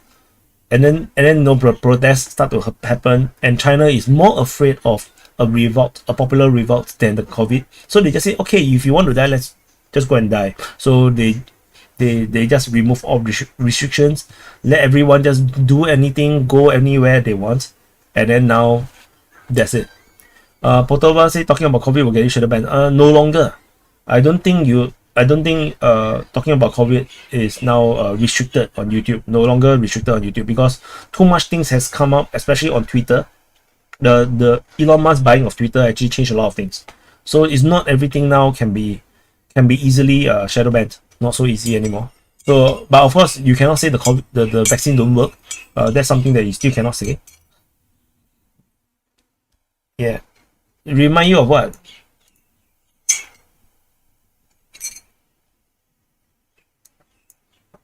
Let me drink my coffee. Give me a more.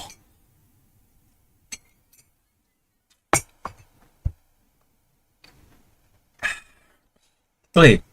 So Blue Bandit asked, why are they afraid of revolts? China, right? Historically, throughout the thousands of years, the Chinese empires usually are never afraid of foreign invaders. They are usually not afraid of foreign invaders. They are always more afraid of internal revolt or rebellion, or certain warlords becoming too powerful and overthrow the emperor. That's historically China. You have to understand how big is China, and China have this mentality similar to Russia, that it's nearly impossible for a foreign invader to conquer China. It's nearly impossible. It's not impossible, but nearly impossible. Like the Mongols did prove that it's doable. The Manchus did show that it's doable, but it's just extremely difficult. So Chinese empires know that, and it is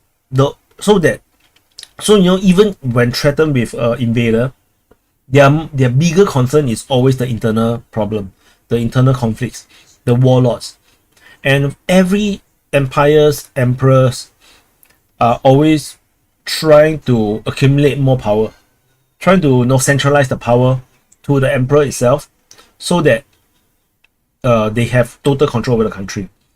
Usually empires started off with many warlords, usually because they all fight under one flag, and then and all these generals or warlords or princes are given land to govern, to control, as a reward for their war effort. But eventually these people become too powerful because they are all king. They are like kings in Europe. And then the emperor is like the pope, during the Dark Ages. So sometimes this pope or the emperor, start to feel that certain kings are getting too powerful or getting too arrogant. So then the emperor or the pope, the Chinese pope, will start to take back the power, and then that usually half the time tend to trigger into civil war, which then the imperial army will fight with the warlord and crush the warlord rebellion. And so in Chinese history, is always very worried about internal problems. It's not they are less worried about the foreign invaders, because they know the foreign invaders, especially the steppe tribes like the Mongols, the Xiongnu, even the Manchus, they are mostly more about raiding, because they are all steppe people. They are all they like to ride around. They don't stay in one place, so it's not for them. The Chinese plains are not for them. So they know that they will not go too far. So that's the difference, which is why China is very weird. It's a very weird place. So Russia is in a better geographical position because they only have one or two real threat, which is towards the west, the European facing Europe, the border facing Europe. The other part is just uninvadable because it's just too much wilderness, and it's not holdable because of all the wilderness. There's no point you send army and conquer the place. You just can't hold it for long. So Russia just need to face one side, but China is a bit different. They are surrounded by potential enemies. So Chinese people are always paranoid. Like, these are racially, like, as a Chinese person, as a race, we are eternally paranoid. We are eternally distrustful of each other. Chinese people are always distrustful of each other. It's a bit different from the Jews. The Jews are always very cooperative. They always work together. They bind together and work together. Chinese people is a bit different. We are always paranoid and distrustful of each other. Even though both races, both the Jews and the Chinese, do very well in business. We all uh, both races have a lot of very rich people, and all both do business very very well.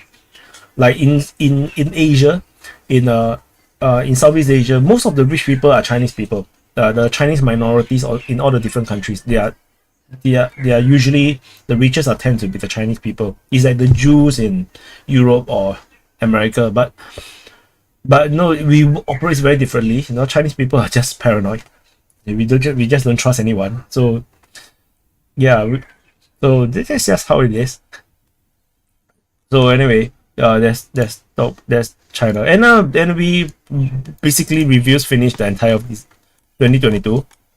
Doesn't sound like a lot of things. So what is this? Death of people. Oh, so sad. So many people die. Oh, there's a lot of footballers. Just going through, it's just all footballers. Russia and China trust each other. Uh, if you say innately they don't trust each other.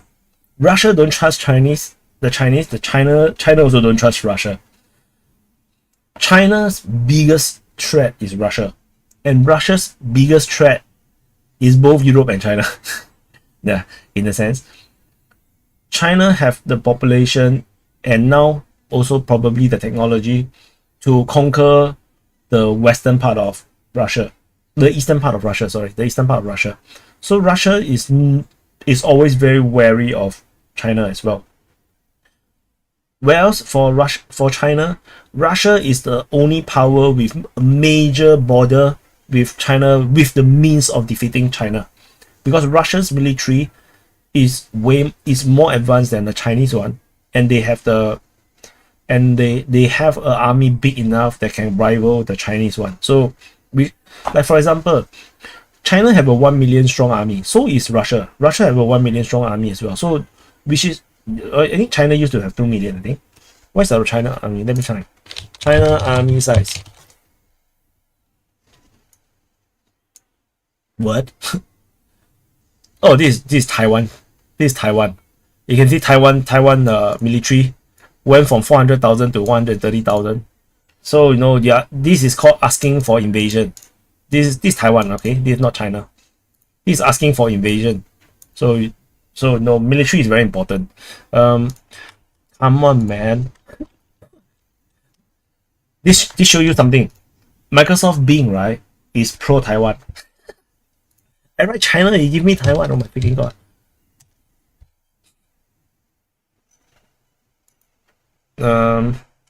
What is the strength? 2 million. Oh my god. So I actually estimate wrongly. I thought it's 1 million. So China military is 2 times bigger than the Russian ones. So so Russia rightfully is worried about or wary about China, and China have 2 million because they are worried about Russia. Yeah. Oh, you hate Google. Me too. The thing about Google is that Google search don't give, how to put it, this Google, okay, and then Bing. Let me do an example.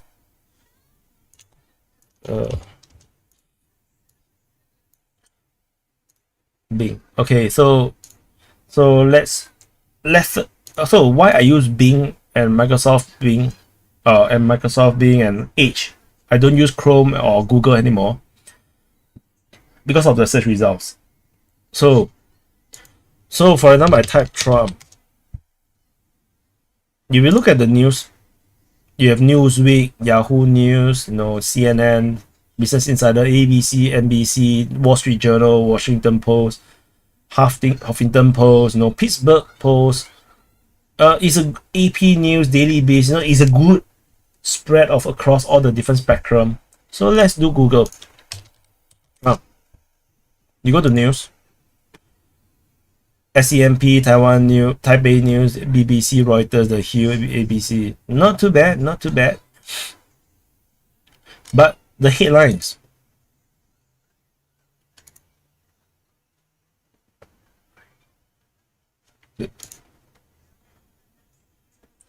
If you look at the headlines, you can somewhat tell that The one from Bing, right, is much more balanced. There's a lot more balance. When I use Google search, I cannot find what I want to find, and that's very irritating. And which is why, after some time I just gave up entirely on Google. I don't use Chrome as well. I just pissed off because I just cannot find what I need to find. So so that's the reason why I changed to Edge and Bing. So so so so how are you guys? Where are you guys from? So no, the countdown is gone. It's over in London. The next countdown is, I think it's in New York, right? Which will be like in a few hours time. What's the New York time now? 8:50. 8:50. So it's not bad. 8:50. So it's 10, 11, 12. 3 more hours. Yeah. So 11, 12, 1 or 1 p.m. Yandex. Try Yandex. Yandex is so pro-Russian, right? Oh, Libya. Bobo Mama is from Libya. Amazing. How's Libya now? I actually am not so sure. I know Libya was, I think half a year ago, was going through quite some protest. The entire oil production was like suspended, right? They're causing a lot more problems to the oil prices. Hope you are fine. Hope you're good. From Iceland, yeah. Thomas is from Iceland, and Jordan, Northern California. Oh, it's Northern California. It must be quite early for you now or in the afternoon, right? So Ireland, Barbados. Barbados is the island, right? Let me find Barbados. Where is Barbados? Yeah, it's an island. Map. Yeah, yes, Barbados is the island. Ah, yes, I'm correct. No, not bad, not bad. My atlas is still not too bad. I heard Russia is running out of missiles because they only fired 20 on the 12th of 31st. Oh, I remember reading that Russia is warning that the next missile barrage will be much more bigger than ever before. And I'm not sure why you say 20. I saw post that they just launched 80. So like just from over Crimea was like 80 missiles. So so in Kiev they are celebrating the New Year Eve. Interesting. That's good.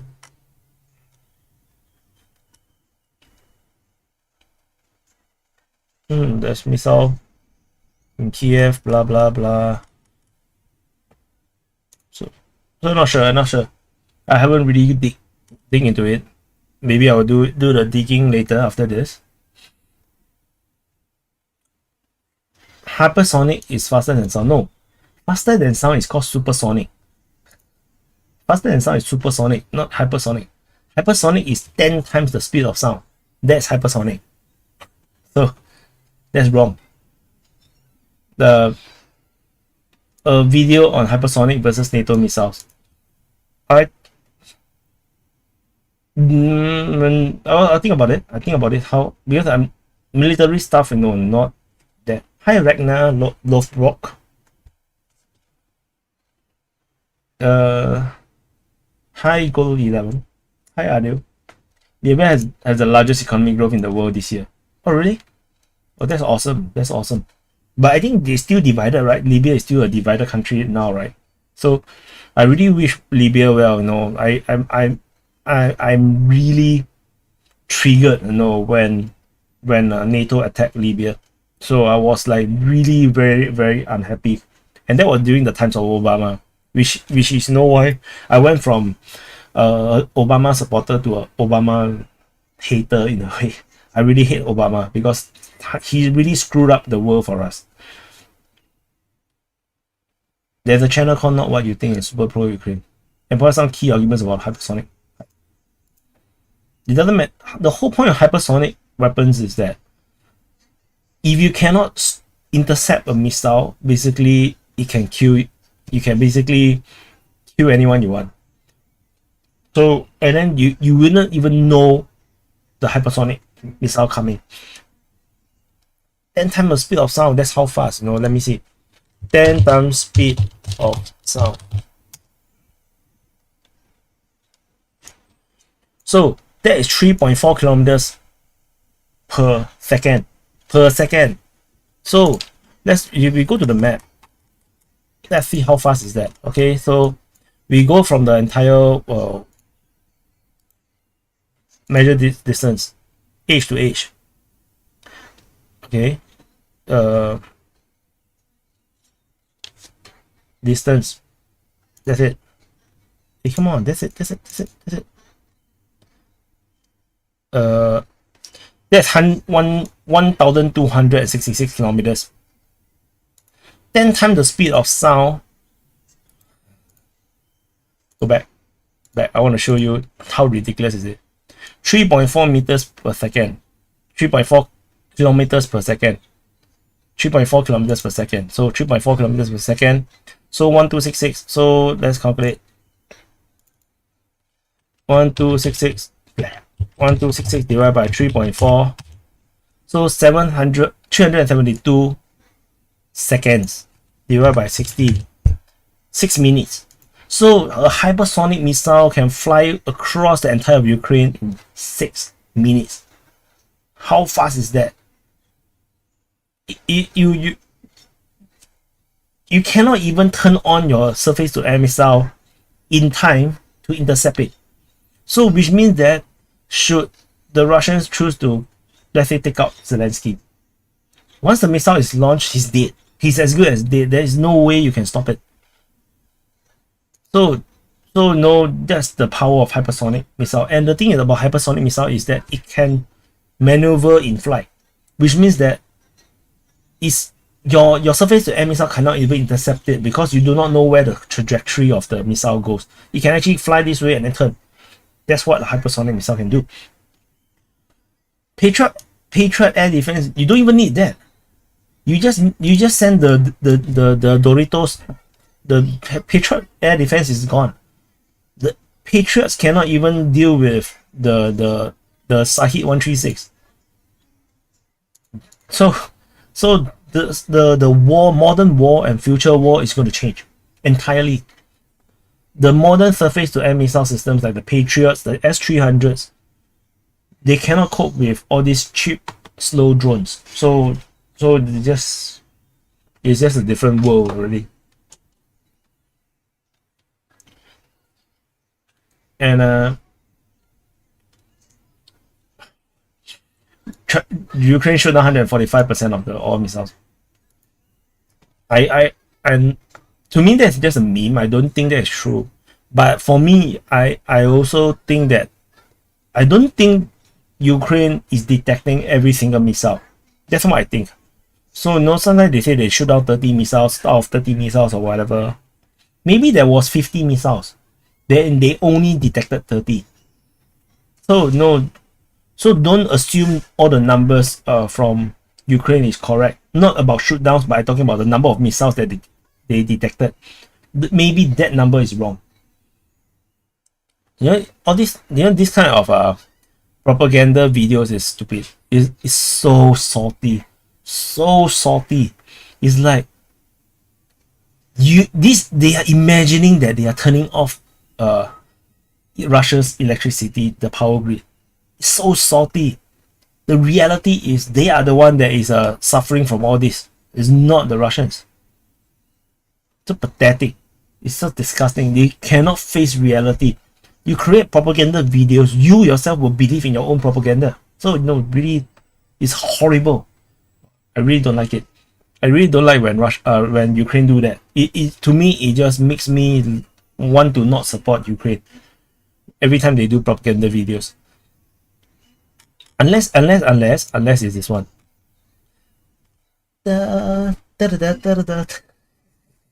Unless this one I like. Iran's military industrialization in recent years, especially smart bomb. This is very impressive. Yeah. I think I think the entire sanction on Iran just backfired because it just forced Iran into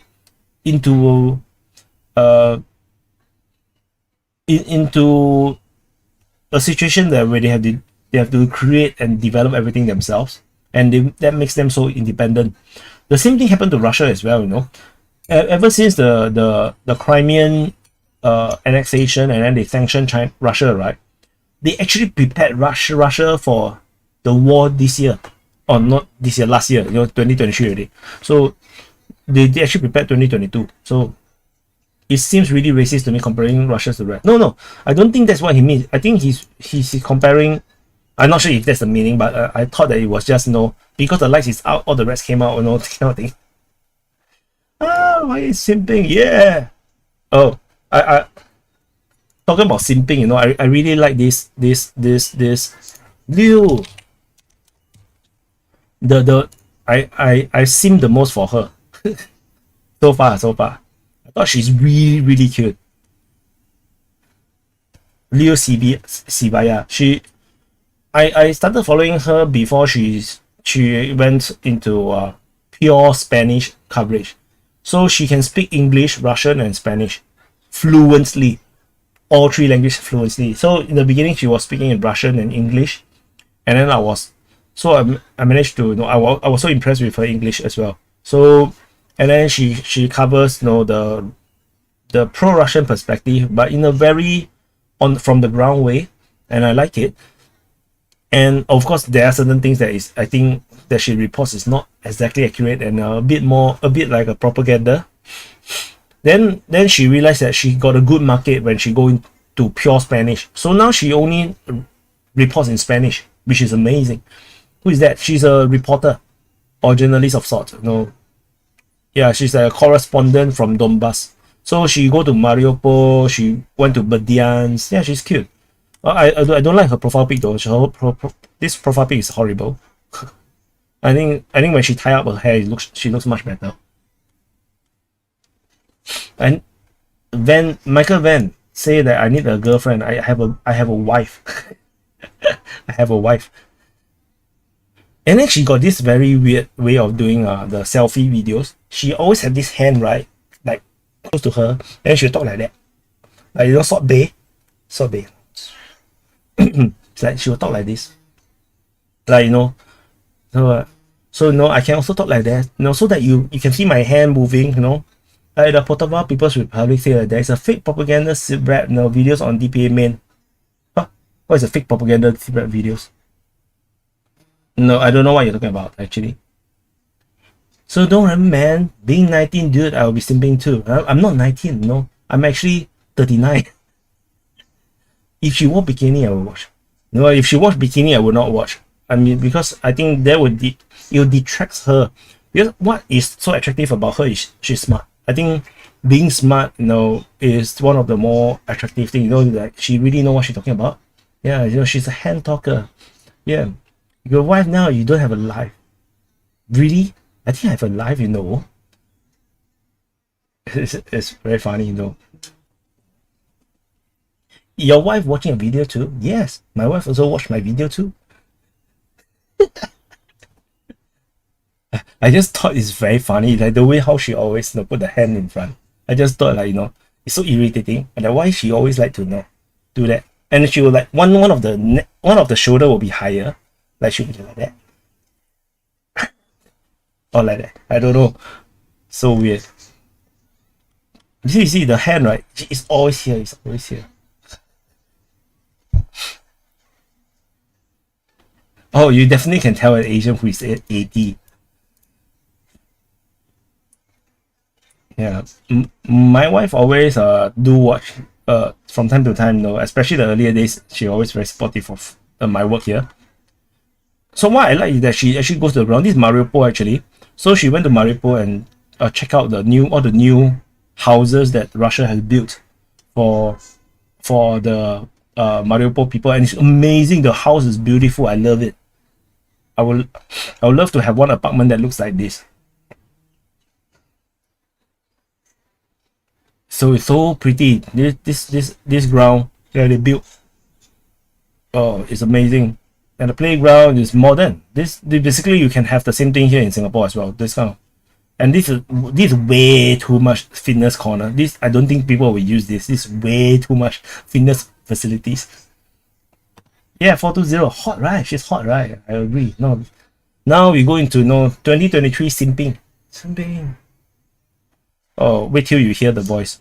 Una nueva etapa para la maravillosa ciudad de Maripa. Y Maripa. Bueno, esto es un sueño cumplido. Estuve aquí en julio. Esto estaba en obras, bueno, prácticamente en proyecto. No había literalmente. So even her voice is actually very cute. Yeah, you see, she'll squeeze her shoulder and then she talk like that. And then her face will be like, she always look very how to say, a bit snobbish, smiling. You do not know I know more than you. And then she visited this I think Chechen forces. She visited the Chechens. Did the Chechen forces. Then she interviewed the Chechen forces in Donbass. This one is in December. Yeah, so I watched her stuff, but some of her reporting sometimes is not accurate because it's too pro-Russian. What's her name? Liu Sivaya. That's her name. You can actually find her Telegram channel as well. So this is her spot. Quiero decir que las relaciones internacionales y las relaciones entre países no se basan, que es lo que intento siempre explicar de intervención en intervención y lo que siempre acaba con titulares míos justificando a Putin. Okay, I don't want to see it. Okay, later too much poison. Okay, it's enough. Too much simping. Okay, that's enough. There are channels that talk about Ukraine winning battles that did not happen in real world. Yes. So, which is why DPA is in a very special position, because I have been covering. No, my wife won't. She will just kiss me. Yeah. So get over her already. No, so hard. She's so cute. So anyway, the special thing about DPA's position is that I have been covering the war since day one. So which is why I can tell like who is actually saying truth, and my model is always that. My model of coverage is always that, okay, I can trust you first, I will plot in your information. But if this information does not corroborate after a few days, then I will start to degrade my trust in you.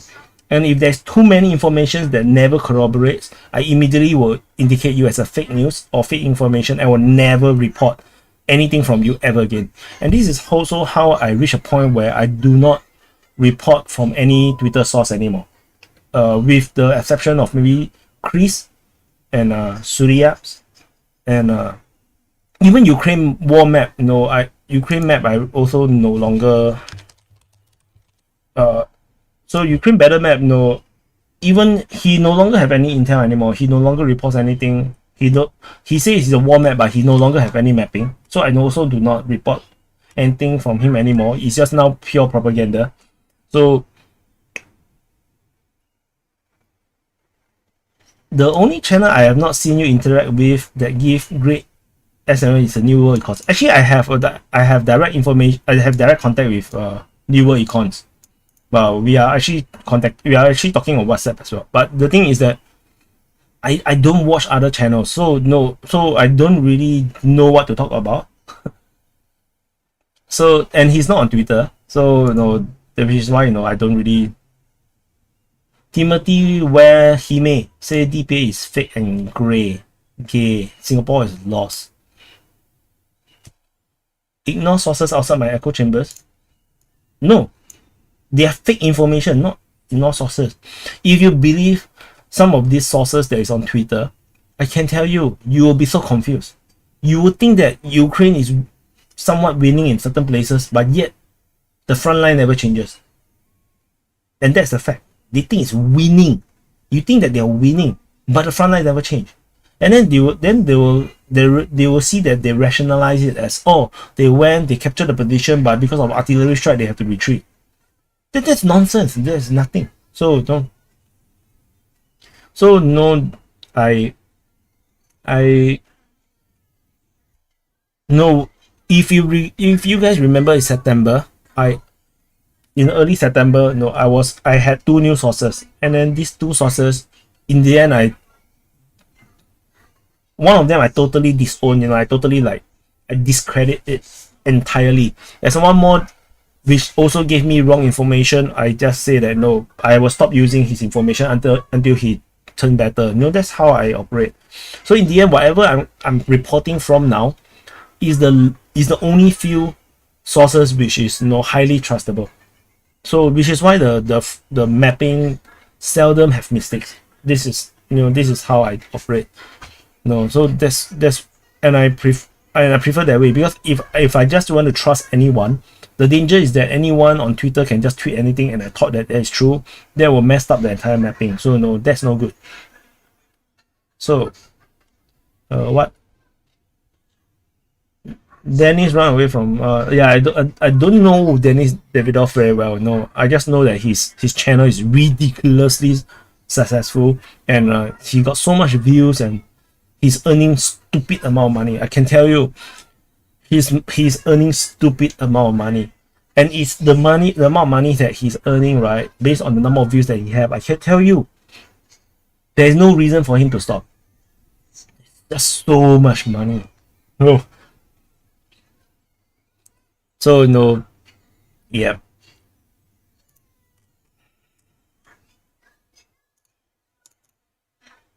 Yep. So no.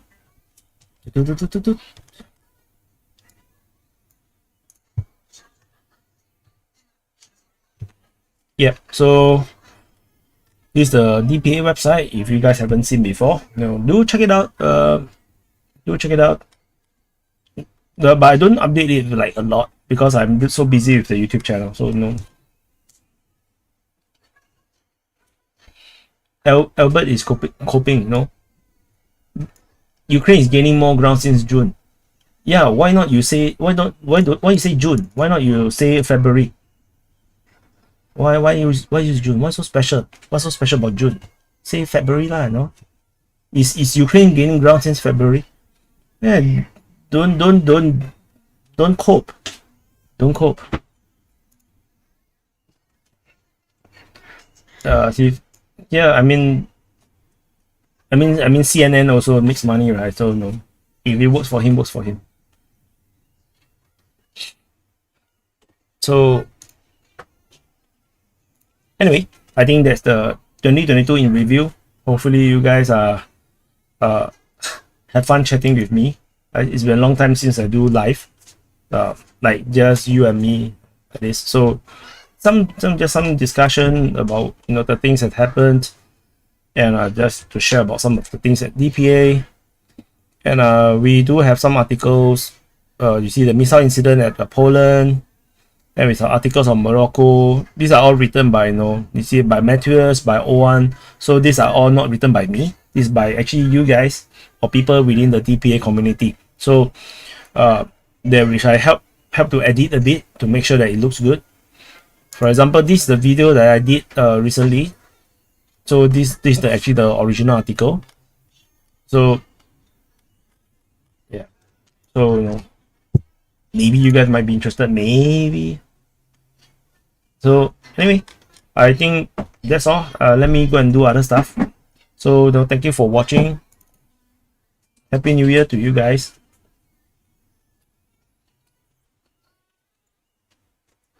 Happy New Year. So I'm gonna end the stream, okay? Gonna end the stream. Okay? Yeah, I'm just gonna wait for Yeah, it's a day. It's 10 a.m. now. It's in the morning. It's 10 a.m. in the morning now in Singapore. So Happy New Year again, everyone. Happy New Year. We'll talk later. I want to go and do the Ukraine map first, so that we can report what's happened over the New Year Eve and New Year. I mean, over the New Year Eve. And we will see how this goes. So see you guys. And let me do the outro. Outro. Okay, bye. See you guys. Bye. Happy New Year.